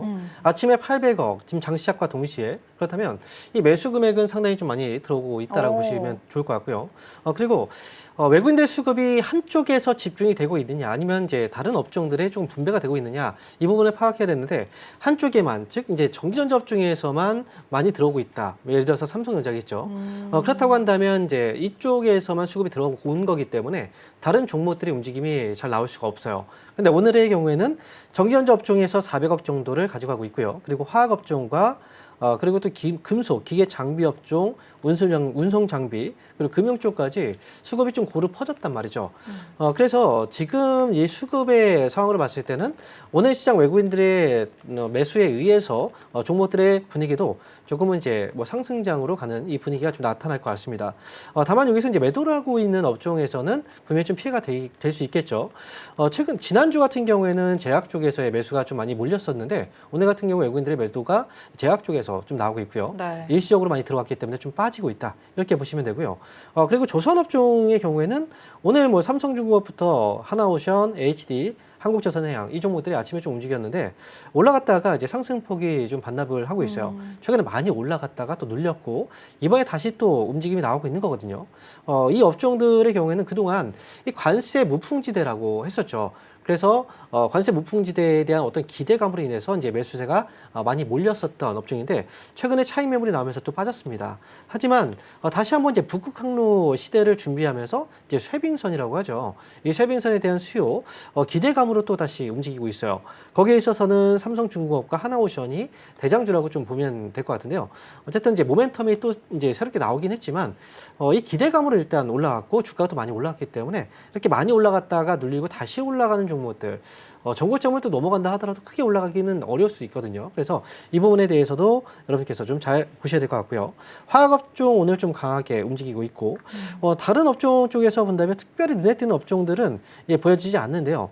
그럼 우리가 또 지니어스 법안 때문에 아무래도 이쪽 관련 종목들도 좀 움직임이 나오고 있는 것 같아요. 그래서 오늘 시장은 전반적으로 봤을 때는 아침 월요일장이잖아요. 네. 상대적으로 좀 괜찮은 출발을 했다, 이렇게 볼 수가 있겠습니다. 네.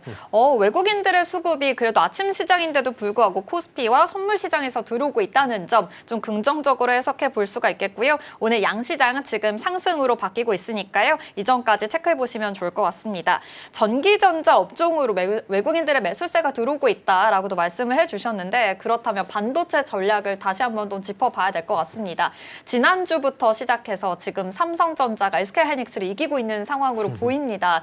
SK하이닉스 계속해서 좀 하락폭을 면치 못하고 있는데요. 오늘도 보합권에서 등락을 하고 있습니다. 삼성전자가 오늘도 강하게 가고 있네요. 1.71% 상승하면서 좋은 흐름 보여지고 있는데, 이번 주에 반도체 전략도 굉장히 중요할 것으로 보입니다. 이번 주 어떻게 세워보면 좋을까요? 네, 그동안 이제 방송을 통해서 삼성전자는 6만 원 아래에 있을 때 기회다라고 얘기를 많이 했었죠. 네. 그래서 결국은 이제 우리가 하이닉스 주가가 많이 올라갔고 삼성전자 주가가 상대적으로 올라가지 못했지만, 결국은 이건 또 이 균형이 바뀔 수 있다, 이런 얘기를 많이 했었습니다. 삼성전자 주가가 6만 원 넘어서 뭐 흔들더니 결국은 또 7만 전자를 눈앞에 두고 있는데요. 삼성전자의 이 상승이 또 시작됐던 그 모멘텀으로 본다면 아무래도 중국 쪽의 H20 수출 재개 소식이 큰 몫을 했다라고 보여집니다. 네.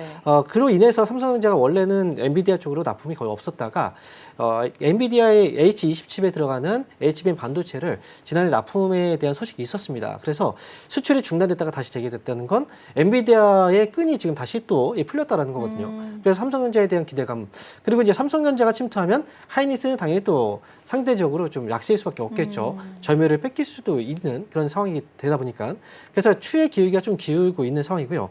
삼성전자는 또 더욱이 스마트폰 쪽에 대한 재료들도 있죠. 이번에 신제품 출시에 대한 효과들도 있고, 그래서 지금은 이제 IT 쪽에 대한 분위기 우리가 살펴본다면 특히나 반도체 쪽은 지금부터는 관심을 좀 가지셔야 된다. 제가 사실 그 전부터 얘기를 많이 했었어요. 그렇게 말씀드렸던 이유는 제가 시황을 얘기할 때도 우리가 관세 협상 전과 후가 다르다라고 얘기했었잖아요. 예를 들어서 이제 우리가 과거의 주가를 생각해 본다면 코로나 때 주가가 상승했을 때 한번 생각해 보세요. 초기에 반등을 이끌어갔던 건 코로나 수혜주였어요. 네. 우리가 그래서 이제 언택트 관련주라고 얘기했죠. 네. 근데 결국은 이제 나중에 중반부 넘어가면서 갑자기 이제 콘택트 관련주, 오히려 그 코로나의 그 피해주였던 종목들이 시장을 또 이끌었단 말이죠. 지금 관세 정책도 비슷하거든요. 초기의 상승은 관세의 무풍지대, 관세로 인해서 어쨌든 수혜를 받거나 피해갈 수 있는 종목 쪽으로 움직였다면, 관세 협상이 이제 진행이 되고 나서는 오히려 이제 피해주 쪽 쪽으로 이제 수급들이 몰릴 수 있다. 그래서 지금 반도체 같은 경우에는 이제 얼마 전에 제약 바이오 쪽에 관세가 확정됐잖아요. 그래서 제약 바이오 쪽으로 수급이 몰렸듯이 지금 불확실성이 남아 있는 거거든요. 반도체에 대한 관세가 조만간 나오게 된다면 불확실성은 또 해소가 될 거고, 그러면 이제 반도체 관련주들도 아마 조만간 시작을 좀 하지 않을까. 그래서 반도체 관련주들은 지금 움직이지 않을 때가 저는 기회다, 이렇게 말씀을 드리도록 하겠습니다. 지금 코로나 관련해서 예를 들어주셨는데 지금 그때 상황처럼 지금도 관세에 대한 리스크는 계속 있다 보니까 초기에는 관세 무풍지대에 수급이 쏠렸다면 이제는 관세 피해주 쪽으로 수급이 몰릴 수 있다라고 알려주셨습니다. 관련해서 반도체 관세까지 지금 이야기가 나오고 있으니까요. 지금이 오히려 기회일 수도 있다라고 이야기해 주셨으니까 이전까지 참고를 해보시면 좋을 것 같습니다. 지금 이렇게 반도체 투톱에 대한 전략도 알려주셨는데 사실 이 화요일 날 단말기 유통법, 단톡법 관련해서 폐지안이 지금 논의가 될 예정입니다. 관련해서는 또 삼성전자 안에 또 갤럭시 폰이 요즘 새롭게 다시 출시한 만큼 관련해서 다시 모멘텀을 좀 받아갈 수 있을 것 같거든요. 이와 관련된 이 갤럭시 그리고 폴더블 폰 관련해서 종목들 흐름들은 어떻게 전략 세워보면 좋을까요? 아무래도 지금 단톡법이 폐지가 된다라는 것과 그리고 스마트폰, 삼성전자 쪽에서의 스마트폰 출시 효과, 네. 이 두 가지가 사실 이번 주에 좀 겹쳤습니다. 네. 단말기 유통법이 이제 폐지가 된다라는 건 결국 이제 국내 삼성전자 특히나 이 스마트폰의 가격이 또 떨어진다는 거거든요. 그런데 우리가 경쟁업체로 본다면 삼성전자의 경쟁업체는 이제 애플이라고 볼 수가 있겠죠. 그런데 과거에 단통법이 시행이 되기 전에도 우리가 보조금을 지급해줬을 때 삼성전자의 폰에는 보조금이 많이 들어갔었어요. 하지만 반면에 애플 아이폰 쪽 같은 경우에는 보조금이 상대적으로 많지 않았죠.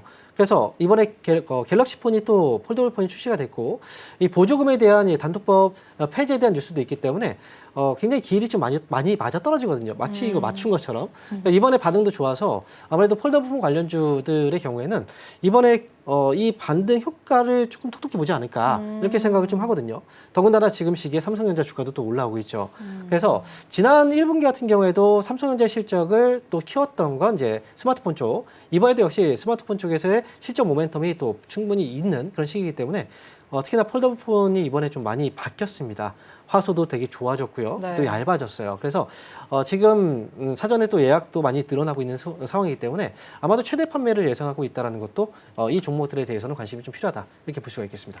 삼성전자 모멘텀 플러스 지금 신제품 출시와 함께 같이 모멘텀 받아갈 것으로 보입니다. 폴더블 폰 관련된 종목들도 강한 시세 보여줄 수 있으니까 이 점도 참고해 보시면 좋을 것 같고요. PI 첨단 소재 같은 경우에는 오늘도 강한 상승 흐름 이어지고 있습니다. 2% 가까운 흐름 이어지고 있다는 점까지 참고를 해보시면 좋을 것 같습니다. 그리고 지금 이 거래대금 상위 종목 중에서 NHN 같은 경우에도 5% 강한 흐름 보여주고 있고요. 지금 이렇게 스테이블 코인 관련된 종목들이 다시금 좀 들썩이고 있는 것으로 포착이 되는데요. 사실 금요일에 실제로 법이 제정이 됐고 서명까지 지금 완료가 된 상황입니다. 이럴 때 재료 소멸이 아니라 이제 좀 다시 봐야 되나? 라는 스탠스는 있는 상황으로 보이거든요. 어떻게 앞으로의 투자 전략 세워보면 좋을까요? 스테이블 코인 지니어스 법안이 이제 의회 통과를 못할 뻔했는데 네. 트럼프가 통과를 시켜버렸죠. 결국은 이제 결과가 나왔고요.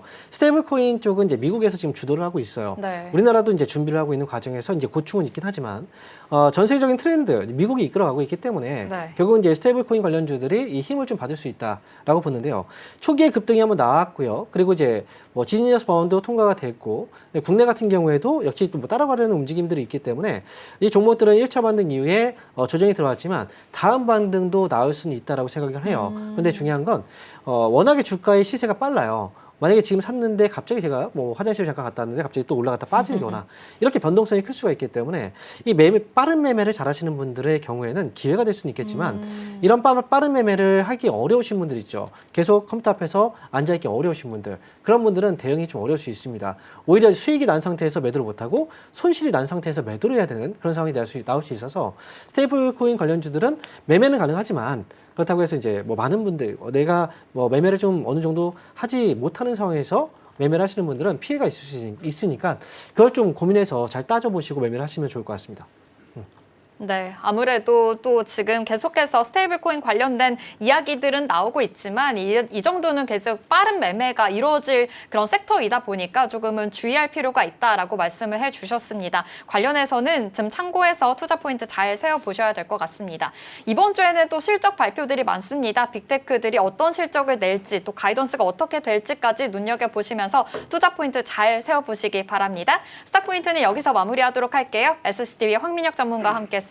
고맙습니다. 네, 감사합니다.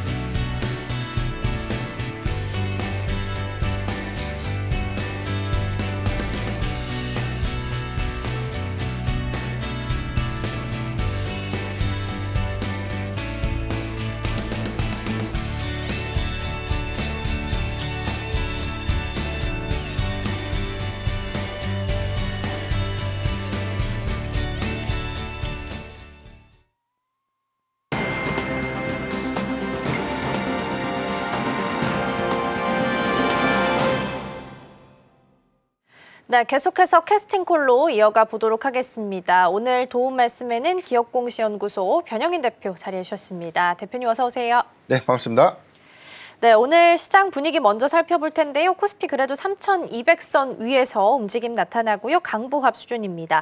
코스닥은 818선, 0.25% 정도 떨어지고 있는 상황이고요. 다행히 이제 코스피 시장에는 그래도 외국인 투자자 들어오고 있고요. 선물 쪽에도 개장 대비해서는 그래도 규모 꽤 있게 들어옵니다. 다만 이제 환율이 1,391원 한 60전까지 오름세가 시현이 좀 되고 있어서 이 부분이 살짝 부담인 것 같긴 한데요. 전반적인 개장 분위기 먼저 여쭤볼게요. 네, 대체적으로는 지금 뭐 특정한 어떤 매크로 이슈는 상당히 좀 소화를 했고요. 다만 이제 미국의 경우에는 파월 의장이 관련된 해임설들이 뭐 재차 수급의 어떤 조정에 좀 빌미로 좀 작용하는 그런 모습을 좀 보여줬고, 국내 증시의 영향도는 굉장히 좀 미비한데 반도체 섹터의 일부 수급 희비, 여기다 해서 2분기 어닝 시즌이 이번 주부터 좀 본격화되는 그런 부분들이 대형주 중심의 수급 반등을 좀 이끌고 있지 않나라고 좀 판단되고 있습니다. 증시의 탁금이 최근 3거래세 증가세를 좀 보이고 있고요. 거래 대금이 일부 좀 축소된 점은 좀 아쉽긴 하지만 대체적으로 이 코스피 기준의 거래 대금은 재차 좀 증가되고 있는 요인들. 신용잔고도 21조 5천억 원대, 지난주의 흐름과 좀 유사한 흐름으로 현재 좀 유지가 되고 있는 점들 좀 감안했을 때 2분기 어닝 시즌의 기대감을 좀 반영시키고 3분기 개별적인 어떤 기업들의 모멘텀이 좀 재차 부각되는 부분들이 수급의 연속성들을 좀 보여줄 수 있지 않을까.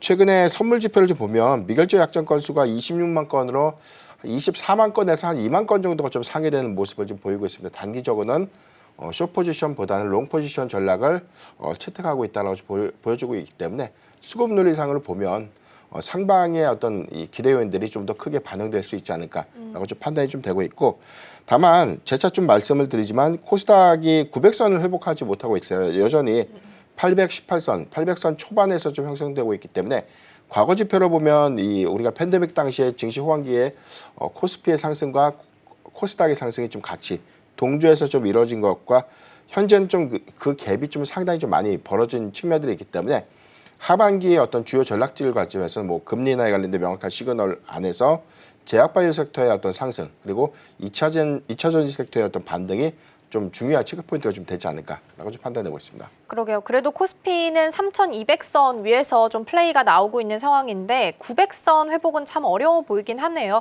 코스닥이 818선 오늘 지나가고 있고요. 여전히 약보합 수준에서 흘러감 나타납니다.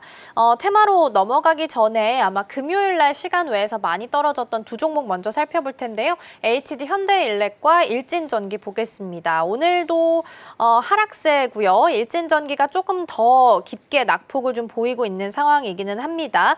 담합 이슈가 이야기가 되면서 지금 공공공사 입찰과 관련해서 제재를 한 6개월 정도 받을 것으로 예상이 좀 되고 있습니다. 애프터마켓에서 급락이 두 종목 모두 다 나왔었는데요.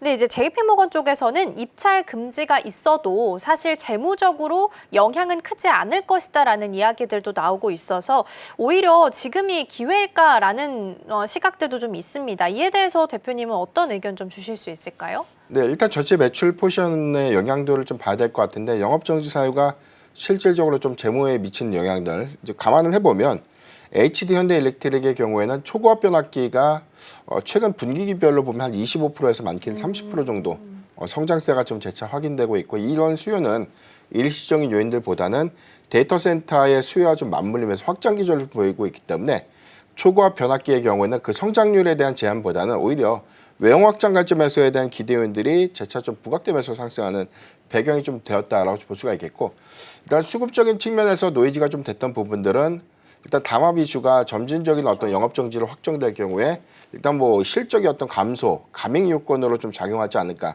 이런 일부의 좀 우려감들이 좀 있겠지만 전체 지금 HD 현대일렉트릭이 좀 주력하고 있는 시장을 보면 국내보다는 좀 수출량 기조가 좀 크게 좀 작용을 하고 있죠. 여기에 대해서 상당수 공급자 우위에 단가적인 측면에서에 대한 이익률도 수출 시장 주도 안에서에 대한 흐름을 좀 가져가고 있기 때문에 국내에 일단 뭐 이런 어떤 영향들이 좀 노이즈가 돼서 수급적인 어떤 빌미가 좀 된다면 저는 매수의 기회를 좀 활용해 볼 수 있지 않을까라고 좀 판단해 보겠고 일진전기의 경우에는 좀 다른 생각인데 일단 뭐 매출 포션에 대한 비중이 국내 뭐 수출향 비중보다 이제 국내 비중이 좀 높은 이제 뭐 이 부분도 좀 중요할 것 같고 상당수에 대한 영향도를 보면 수출량 비중이 높은 기업일수록 사실 담합에 관련된 어떤 영업 정지 사유는 실적 훼손 관점에서 좀 제한적인 흐름을 가져갈 수밖에 없겠지만 만약에 이제 국내 비중이 높은 기업들의 경우에는 영업 정지 여파가 상당한 가밍 모멘텀으로 좀 작용될 수 있는 부분들이기 때문에 일부 좀 우려스러운 노이즈가 좀 될 수 있겠다라고 좀 판단하고 있습니다. 네, 일단 두 종목 모두 살펴봤고요. HD 현대일렉트릭은 한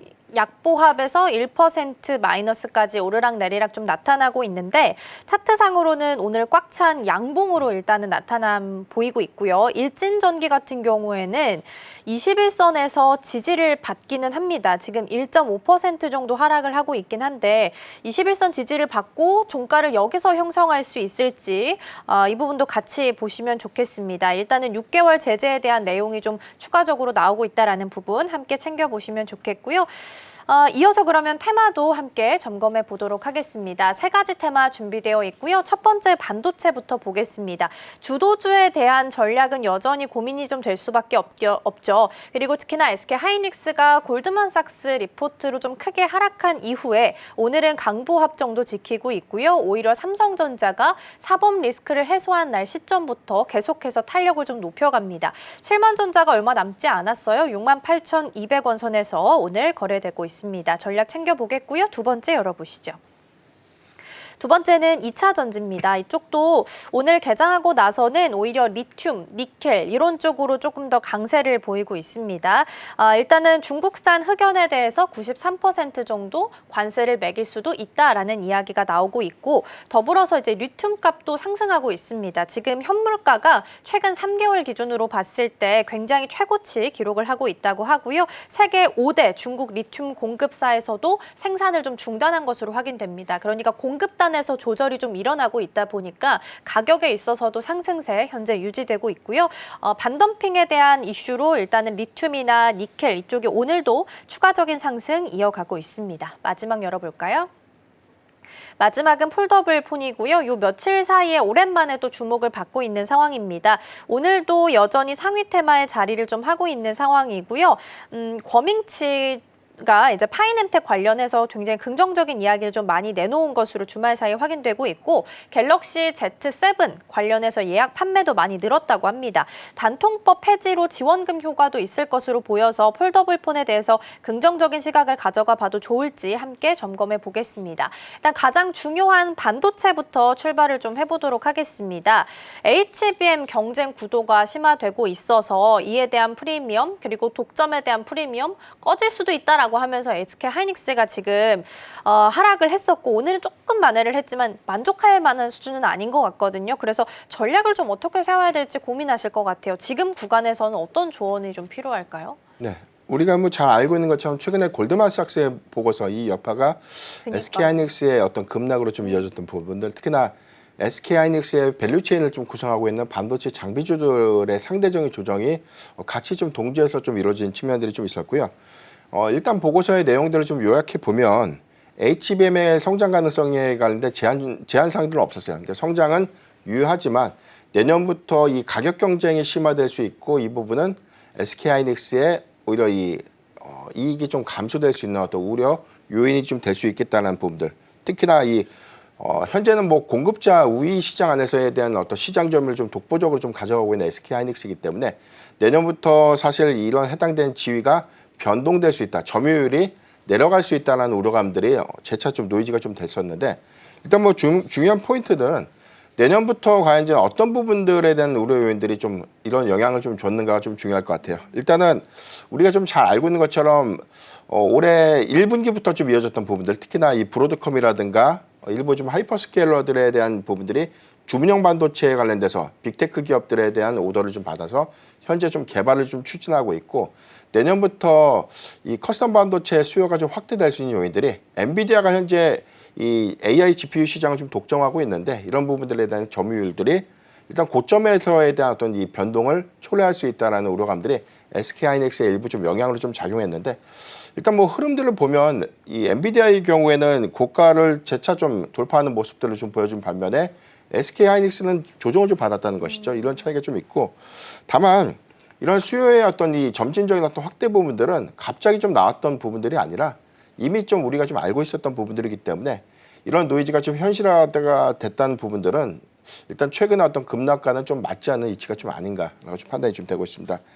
여기도 해서 뭐 골드만삭스를 좀 제외하더라도 증권사들이 SK하이닉스에 대한 이 투자 의견을 좀 하향했던 그런 부분들이 전체적인 좀 원인이 좀 됐었는데 일단 4분기 기점에서 보면 메모리 가격의 이 사이클이 일시적으로 좀 하락될 수 있는 그런 우려감들이 일부가 좀 반영이 됐고요.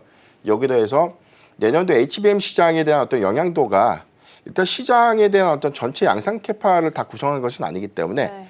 일단 이런 부분들에 관련된 뭐 저는 성장성에 대한 제한보다는 일시적인 어떤 수급의 노이즈 정도로 판단이 좀 되고 있지 않나라고 좀 생각해 보겠습니다.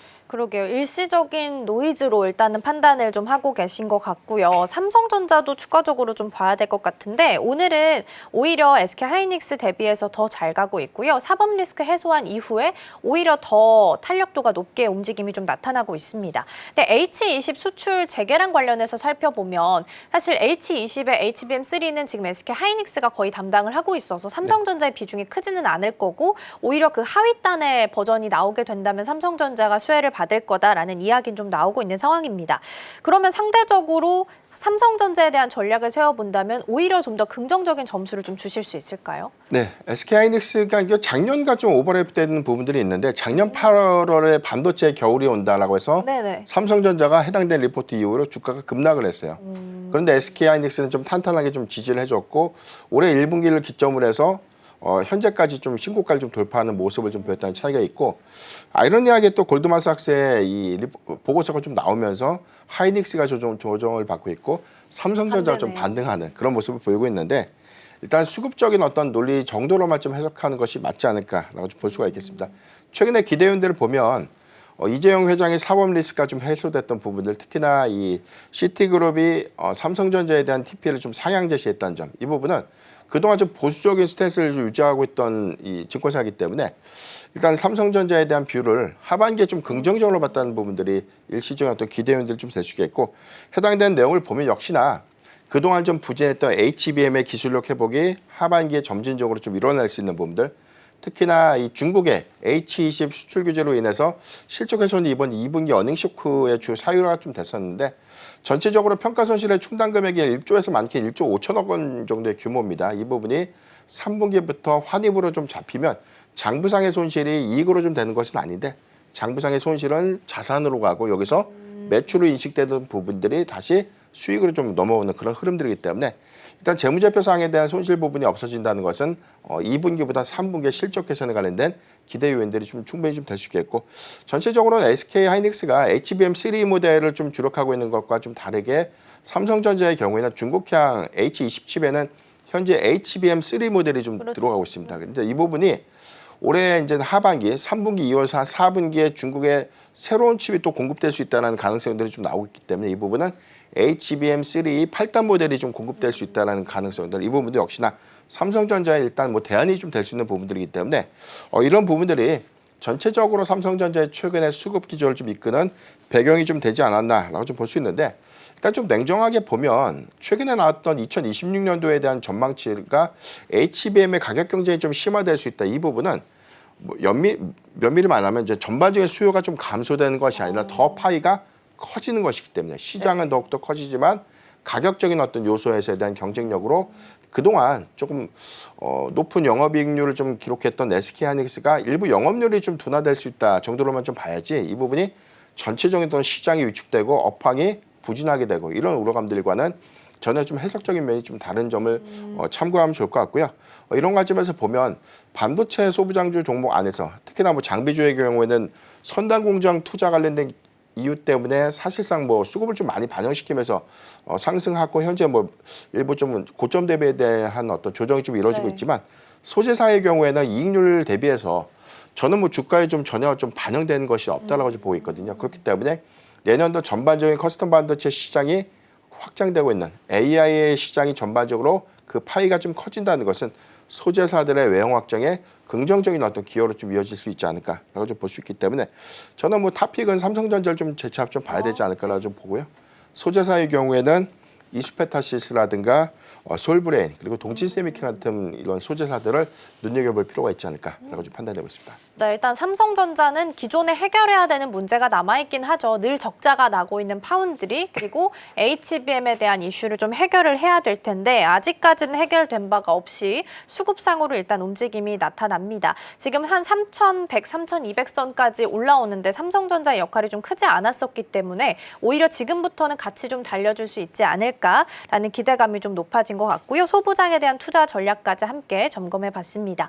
자, 그럼 이어서 두 번째 테마로 2차 전지 살펴보겠습니다. 앞서서 이제 중국산 흑연에 93% 정도 관세 부과할 수 있다라는 이야기가 나왔습니다. 기존 관세까지 포함하면 한 160% 가까이 수준이 되기 때문에 상대적으로 우리 기업이 수혜를 받지 않겠느냐라는 내러티브가 형성이 된 건데요. 그러면 출발을 여기서부터 해보려고 해요. 정말 만약에 중국산 흑연의 반덤핑 관세가 부과가 된다면 우리 기업한테는 호재가 될 수 있는 걸까요? 일단 수급상에 대한 기대 요인들이 좀 될 수 있기 때문에 이 부분에 대한 영향도는 조금 중장기 관점에서 저는 지켜는 봐야 되지 않을까. 그러니까 최근에 이 탄산리튬 가격이 킬로그램당 55위안까지 좀 떨어졌다가 최근에 킬로그램당 71위안까지 올라갔어요. 그런데 이전에 심리적인 어떤 저항선이 85위안이에요. 이 부분이 이미 깨진 지가 오래되기 때문에 수익 지표가 과연 이제 이 부분에 대한 반등을 명확하게 좀 해소했다. 이 부분은 좀 동의하기가 좀 어렵고요.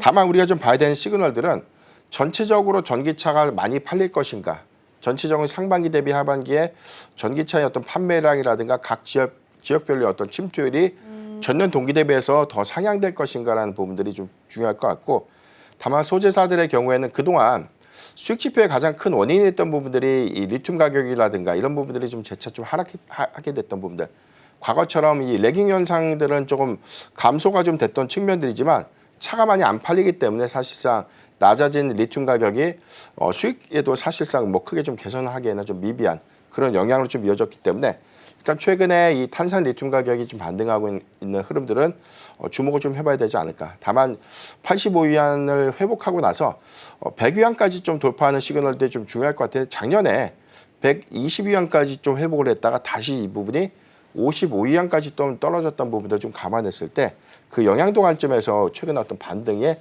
연속성은 좀 더 체크가 좀 돼야 되지 않을까. 전체적으로 미국의 주요 이 광물에 대한 이 규제가 좀 더 심화되고 이런 부분들이 소재사들에 대한 가격 상승 요건으로 좀 이어질 수 있지만 반대로 사오는 가격도 올라가는 것이거든요. 이 부분을 과연 제 수익 지표의 해석 관점에서 이걸 긍정적으로 좀 봐야 되는 것인가, 이런 부분에 대한 해석 차이가 좀 있겠고요.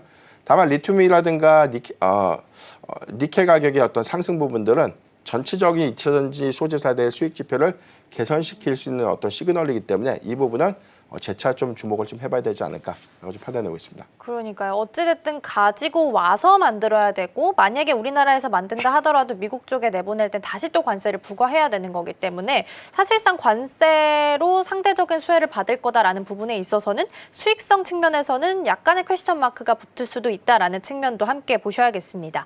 근데 일단은 반덤핑 플러스 앞서 말씀해 주셨던 리튬 값 그 이슈에 따라서 소재단이 좀 강하게 움직임이 나옵니다. 특히 리튬 관련 주들 좀 움직임이 나오고 있는데 나트륨 이온이나 이런 작은 테마들 위주로는 그래도 일단 뉴스가 나온 자리에서 추가적인 상승이 가능하다라고 좀 보실까요? 일단 뭐 트레이딩 관점에서에 대한 반등이에요. 그러니까 이 부분이 우리가 뭐 포스코 퓨처엠이라든가 에코프로비엠 같은 기업들, LNF 네. 같은 기업들이 큰 폭의 상승세가 좀 제한적인 모습을 좀 보여주고 있고 중소형 리튬 관련 종목들에 대한 상승이 좀 나오고 있는 부분들의 차이가 좀 있기 때문에 네. 이 부분은 단기적인 기대감이 일시적인 또 수급 정도로만 좀 해석하면 좋지 않을까. 그러니까 저는 이 부분에 동조해서 좀 매수하기보다는 네. 오히려 배터리셀 3사들에 대한 수익 지표가 네, 2분기에 일부 좀 개선 가능성이 있고 하반기에 물론 미국에 7,500달러 규모의 이 전기차 인센티브에 대한 폐지 영향들이 있지만 상당히 좀 주가에 좀 반영됐던 측면들을 좀 고려했을 때 저는 2분기보다 3분기의 실적 개선 관점에서 배터리셀 3사의 주가 흐름들을 조금 더 면밀하게 좀 봐야 되지 않을까라고 좀 표현드리겠습니다. 오히려 작은 테마들은 트레이딩 관점이 유효하다라는 말씀을 주셨습니다. 일단 리튬 관련주들이 오늘 올라오기는 해요. 리튬 포어스가 현재 상한가 묶여 있고요. 하이드로 리튬도 상한가 현재 묶여 있는 상황이고 첨보 13% 상승하고 있고 엔캠 2%, 포스코 홀딩스 2%대 강세 보이면서 대보마그네틱 또한 1.4% 상승불 켜져 있긴 하네요. 그래서 일단 작은 쪽에서는 트레이딩 관점 제시를 해주셨고 오히려 2차 전지를 바라본다면 셀 3사가 더 낫다라는 말씀 주셨습니다. 외국인과 기관 쪽에서도 오늘 굵직굵직한 2차 전지 종목들을 좀 담아가요. 포스코 퓨처엠, 에코프로 BM 외국인 쪽에서 담아가고 있고요. 기관도 포스코 퓨처엠, 에코프로 BM, 포스코 홀딩스, LG 에너지 솔루션까지 굵직굵직한 기업들 담아가고 있다라는 부분도 함께 챙겨보겠습니다. 자, 그러면 마지막 테마로 폴더블 소개를 해드렸었는데 이쪽까지 좀 보겠습니다. 보통 이제 접는 휴대폰은 힌지에서 시작해서 힌지에서 네. 끝난다라고 이야기를 하는데 어쨌든 폴더블 폰이 한번 시세가 돌기 시작하면 힌지 돌았다가 OLED 돌았다가 뭐 기판 돌았다 부품 이렇게 순환매가 싹 돌잖아요. 일단 지금 힌지가 좀 돌았으니까 다음 순환을 노리기 위해서 다른 쪽을 좀 주목을 미리 해보는 건 어떨까요? 일단 이 삼성전자의 이 폴더블 폰 신규 모델 출시에 관련된 기대 요인들보다는 최근의 상승은 애플의 폴더블 폰에 삼성 디스플레이에 대한 솔루션을 좀 채택할 수 있다. 이 기대감이 좀 반영됐다고 봅니다. 다만 우리가 전체적인 또 시장 상황을 볼 때 시장 조사 업체 카날리스가 좀 전망했던 내용들을 보면 하반기 폴더블 폰에 대한 전반적인 어떤 수요가 감소될 수 있다라고 좀 전망을 했거든요. 이 부분은 뭐 삼성전자가 전체적인 어떤 신규 모델에 대해서 전체 판매 목표량을 한 1,000만 대 정도로 좀 제시를 했는데 증권사가 좀 목표로 한 어떤 제시량들을 보면 보수적으로는 한 650만 대에서 많게는 900만 대까지 팔릴 것이다. 라는 전망들이 좀 나오고 있기 때문에 삼성전자의 어떤 목표치보다는 조금 미흡한 그런 수준이 좀 되지 않을까. 다만 애플의 경우에는 내년도 이제 하반기에 애플 폴더블 폰 출시를 좀 예고하고 있죠. 이 부분이 과연 삼성 디스플레이에 정말 솔루션을 좀 채택하는 것인가. 이 부분이 좀 중요할 것 같고 이 부분은 크리스프리 디스플레이라고 해서 이제 주름이 없는 디스플레이입니다. 이 부분을 좀 적용한다는 것은 현재 애플이 구현하지 못하는 기술이기 때문에 저는 해당되는 디스플레이를 삼성 거를 전 뭐 100% 좀 쓰지 않을까라고 좀 전망이 좀 되고 있고 만약에 이게 기정사실화가 좀 된다면 밸류체인 관점에서 그동안 삼성 디스플레이 폴더블 폰에 뭐 메탈 플레이트 좀 곱하고는 뭐 파이넴텍이 가장 큰 좀 수혜가 좀 된다 이 부분과 그동안 뭐 애플의 밸류체인을 좀 구성하고 있는 뭐 LG 이노텍이라든가 BH 같은 그런 종목들도 새로운 영역에서에 대한 어떤 공급량들 관점 특히나 그동안 삼성으로만 좀 주력했던 일부 폴더블 폰 관련 부품사들이 애플이라는 고객사 확장 관점에서도 긍정적인 기대요인들이 좀 될 수 있기 때문에 이런 부분들은 사실상 단기적인 기대요인들보다 실질적인 어떤 외형 성장 관점의 기대감을 현재는 좀 수반하고 있지 않나. 다만 우리가 좀 해석해 볼 필요는 애플의 폴더블 폰은 아직 뭐 출시 일정이 좀 남아 있는 부분이 있고요. 두 번째는 정식적으로 삼성 디스플레이의 솔루션을 채택할 것인지 이 부분이 공식화되지 않았기 때문에 해당되는 어떤 우려 요인들은 조금 늘 우리가 좀 주의는 좀 해봐야 되지 않을까 좀 판단되고 있습니다. 네, 그래도 실제로 외형 성장을 이뤄낼 수 있을 만한 뉴스기는 하다라는 말씀 주셨고요. 다만 삼성 디스플레이를 아이폰에 채택하는지 여부가 가장 중요해 보입니다. 삼성 디스플레이 이야기하면 가장 이제 뒤따라오는 종목이 또 덕산 네오룩스인데 오늘도 한 2%대 상승불이 켜져 있긴 하네요. 41,050원 수준이고요. 앞서 언급 주셨던 파이nem텍 같은 경우에도 오늘 5% 넘게 상승합니다. 이쪽도 무주름 금속판 관련해서 긍정적인 기대감이 좀 같이 나오고 있는 것 같습니다. 두 종목까지 살펴봤고요. 오늘 대표님과는 여기서 인사 나누겠습니다. 오늘 말씀 고맙습니다.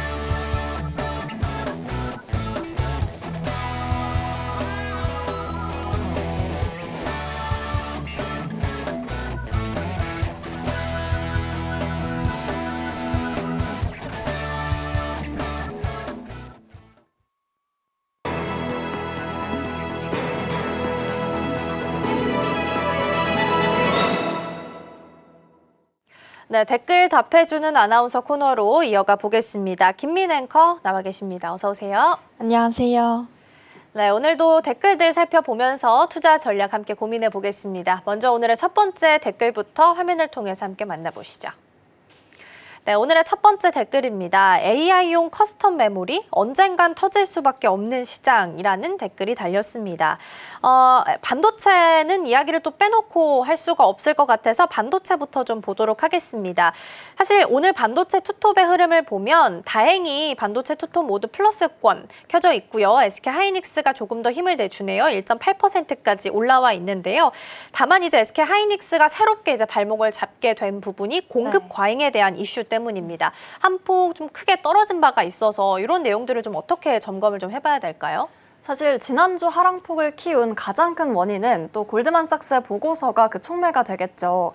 SK하이닉스에 대한 투자 의견을 매수해서 중립으로 낮추면서 이 HBM 시장에 대한 공급 과잉이 발생할 수 있다. 이런 경고를 담고 있는데요. 특히 주요 고객사인 엔비디아와 또 경쟁사들이 HBM 속도를 계속해서 끌어올리면서 시장 내 경쟁이 격화될 것이라는 전망이 또 영향을 줬습니다. 이 보도가 나오자마자 지난주 SK하이닉스의 주가는 무려 8.95%나 급락을 했고요. 또 시장 전반에도 HBM은 결국 사이클을 탈 수 있다. 이런 불안감이 함께 퍼지기도 했습니다. 또 오늘 말씀 주신 것처럼 장 초반에 저점으로 잡고 또 1%대 상승폭을 현재는 다행히 키워나가는 모습이 포착이 되는데요. 이런 상황에서 또 최태원 회장은 직접 입을 열기도 했습니다. HBM이 과잉이 되느냐 마느냐 그것은 또 아무도 모른다. 그렇지만 또 예측 불가능한 점을 또 강조를 하면서요. 사실 과거 사례를 들었던 점이 인상 깊었다고 했습니다. 이 챗 GPT의 폭발적 등장 그리고 팬데믹 이후에 IT 수요 급감 등 모두 이 6개월 정도 전에는 예측이 불가능했다. 이런 점들에 특히 주안점을 두고 이야기를 했는데요.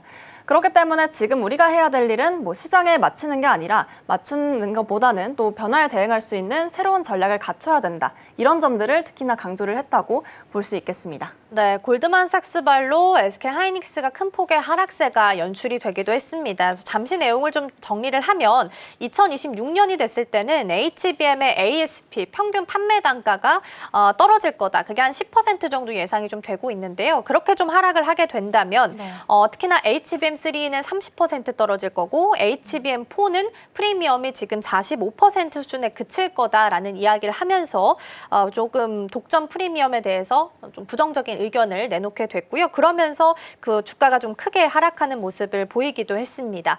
그리고 특히나 그 전에 이제 공매도 잔고가 크게 증가한 부분도 아마 주가에 있어서는 좀 부담이 되지 않았을까 싶은데요. 최태원 회장의 언급을 봤을 때는 앞으로 어떤 정확한 전망을 내리는 것보다는 어떤 상황이 펼쳐졌을 때 어떤 전략을 내리는지 그 대응 전략의 강조를 좀 한 것 같거든요. 어떤 걸 예상해 볼 수 있을까요? 좀 핵심 키워드를 하나로 정리하자면 현재는 양극화로 요약을 해볼 수가 있겠습니다. 이 최 회장은 반도체 시장이 기존의 범용 메모리와 또 AI에 들어가는 고성능 메모리 이렇게로 확실히 나누고 있다고 주장을 했는데요. 즉 우리가 평소에 써왔던 핸드폰 그리고 PC 이런 서버용 메모리는 이미 수요 성장이 현재 정체돼 있다고 봤습니다. 또한 앞으로는 AI 특화 제품이 또한 성장을 주도할 것이다. 이렇게 보는 시각도 유효하다고 설명했는데요. 그런데 이 AI 시장조차도 점점 분화되고 있는 상황이라고 함께 덧붙였습니다. HBM4부터는 고객사의 요구에 따라 또 사양이 달라지는 커스텀형 시장이 형성이 되고 있고요. 이 말은 곧 기술력과 또 고객 맞춤 설계 능력이 기업의 경쟁력을 좌우한다는 걸 의미하기도 합니다. 여기에 더해서 현재 미중 간의 갈등도 변수로 작용을 할 텐데요. 이 최 회장은 미국과 중국 시장이 현재 분리되고 있다며 또 하나의 글로벌 시장이 아니라 두 개의 독립된 시장이 동시에 생겨나고 있다. 이렇게 보기도 했습니다. 그렇기 때문에 이건 단순히 수요와 공급의 문제가 아니라 지정학적 문제, 또 기술 경쟁과 고객 수요가 얽힌 복잡한 시장이라는 걸 뜻하기도 합니다. 결국 SK하이닉스는 현재 또 단순히 HBM이 잘 팔릴까 이런 고민에 주안점을 둔 것이 아니라 AI 고객사별로 어떤 칩이 필요한지 그리고 이 칩을 어떻게 맞춤 생산할 수 있을지 이런 것들을 중심으로 현재 기술 주도형 생존 전략을 구축하고 있는 셈입니다. 최 회장의 표현대로 또 이건 R&D 경쟁이자 전쟁인데요. 즉 예측이 아니라 시나리오별로 대응이 필요하다는 것을 또 시사하기도 합니다. 네, 일단 SK하이닉스 흐름을 좀 먼저 보면요. 오늘은 1.6% 정도 상승을 좀 하고 있는 분위기고요. 차트상으로 보면 지금 봤을 때는 5일선, 21선 모두 다 지금 이탈은 한 상황이긴 합니다. 다만 이제 차트로 봤을 때는 꽉 찬 양봉으로 그림이 좀 그려지고 있어서 네. 오늘 종가가 더 중요해 보이지 않을까 싶습니다. 27만 3,500원 선에서 현재 거래되고 있다라는 부분도 보시면 좋겠고요. 개장 초반 대비해서 그래도 고점 탄력은 계속해서 높여가는 모습 보이고 있습니다. 자, 그럼 계속해서 두 번째 댓글도 화면을 통해서 먼저 만나보겠습니다. 네, 두 번째 댓글입니다. 미래는 하드웨어보다 사용자 경험이 판가를 듯이라는 댓글이고요. 삼성전자로 넘어가서 이야기 나눠보겠습니다. 하반기에 XR 전용 기기를 공개한다라는 소식이 나오면서 시장 기대감이 커지고 있는 상황입니다. 네. 지금 애플, 메타가 기존의 시장에 뛰어들었다가 삼성전자도 여기에 좀 추가된다라는 건데요. 배경부터 먼저 정리해 볼까요? 네, 삼성전자 오늘 이번 주도 7만 전자를 목표로 또 강세를 보이면서 달려나가고 있습니다. 이 삼성전자가 하반기 XR 전용 헤드셋, 이른바 프로젝트 무한을 공개할 예정인데요. 애플의 비전 프로, 또 메타의 퀘스트 이런 시리즈처럼 XR 전용 기기 경쟁이 현재 본격화된 가운데 삼성의 참전은 상당히 상징성을 가지고 있다고 볼 수 있겠습니다. 이번 삼성기기는 구글과 협업한 안드로이드 기반 OS에 퀄컴의 XR 칩을 탑재한 형태가 될 전망인데요. 사실상 구글, 퀄컴, 또 삼성의 이 새 글로벌 플레이어가 새로운 연합을 꾸려 애플과 메타에 맞서는 구도가 형성됐다고 볼 수 있겠습니다. 또 이뿐만 아니라 삼성은 최근 갤럭시 XR, 또 갤럭시 비욘드와 같은 XR 관련 상품을 다수로 출원을 하면서 현재는 기기 상용화 준비에도 속도를 내고 있죠. 이 글로벌 ICT 조사기관 옴디아에 따르면 XR 시장은 2032년까지 1조 2천억 원 달러 규모의 폭발적인 성장이 예상된다고 합니다. 그렇기 때문에 이 삼성전자가 현재 흐름을 놓칠 수 없는 상황인 것으로 현재 시장은 파악하고 있습니다. 네, XR 기기 시장에 좀 뛰어든다고 하면 그 하드웨어도 굉장히 중요하지만 그 안에 담는 콘텐츠, 소프트웨어도 사실 중요하다라고 이야기 좀 많이 나오고 있거든요. 전반적인 생태계 구축이 지금 필요한 상황이라서 삼성전자는 그러면 어떤 전략으로 이 XR 시장에 대해서 전략을 좀 짜고 있을까요?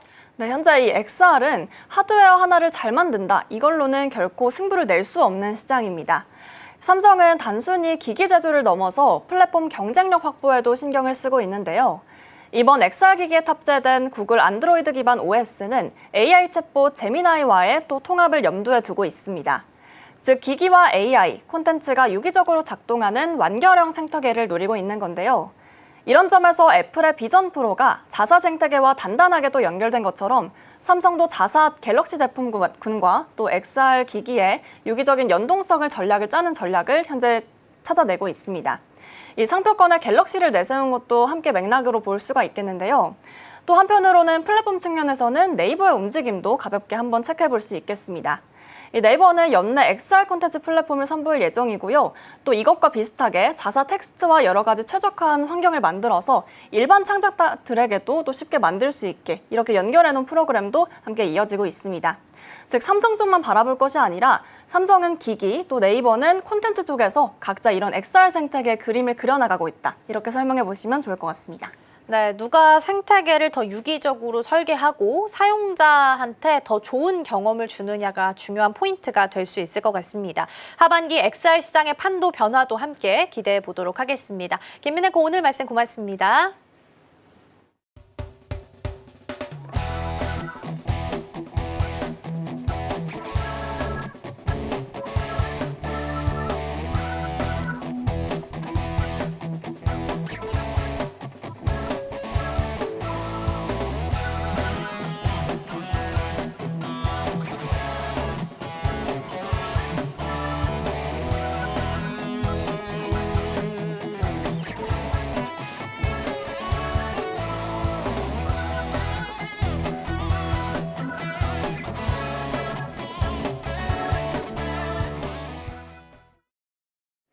네, 오늘 코스피 시장은 3,200선을 지지받으면서 움직이고 있습니다. 다행히 수급이 좀 좋아지긴 했는데요. 현물 시장에서도 그렇고 선물 시장에서도 외국인 투자자 매수 포지션 현재 찍혀 있긴 합니다. 다만 환율이 조금 부담이긴 해요. 1,390원 40전 요 수준에서 오르락내리락 하고 있어서 오후장에서의 수급 흐름 꼭 체크해 보시면 좋겠습니다. 저희가 방송 중에 제공해드린 정보는 투자 판단을 위한 조언일 뿐 해당 종목의 가치와 수익률은 보장하지 않습니다. 저희는 내일 더 다양한 소식 준비해서 돌아오겠습니다. 시청해주신 여러분 고맙습니다.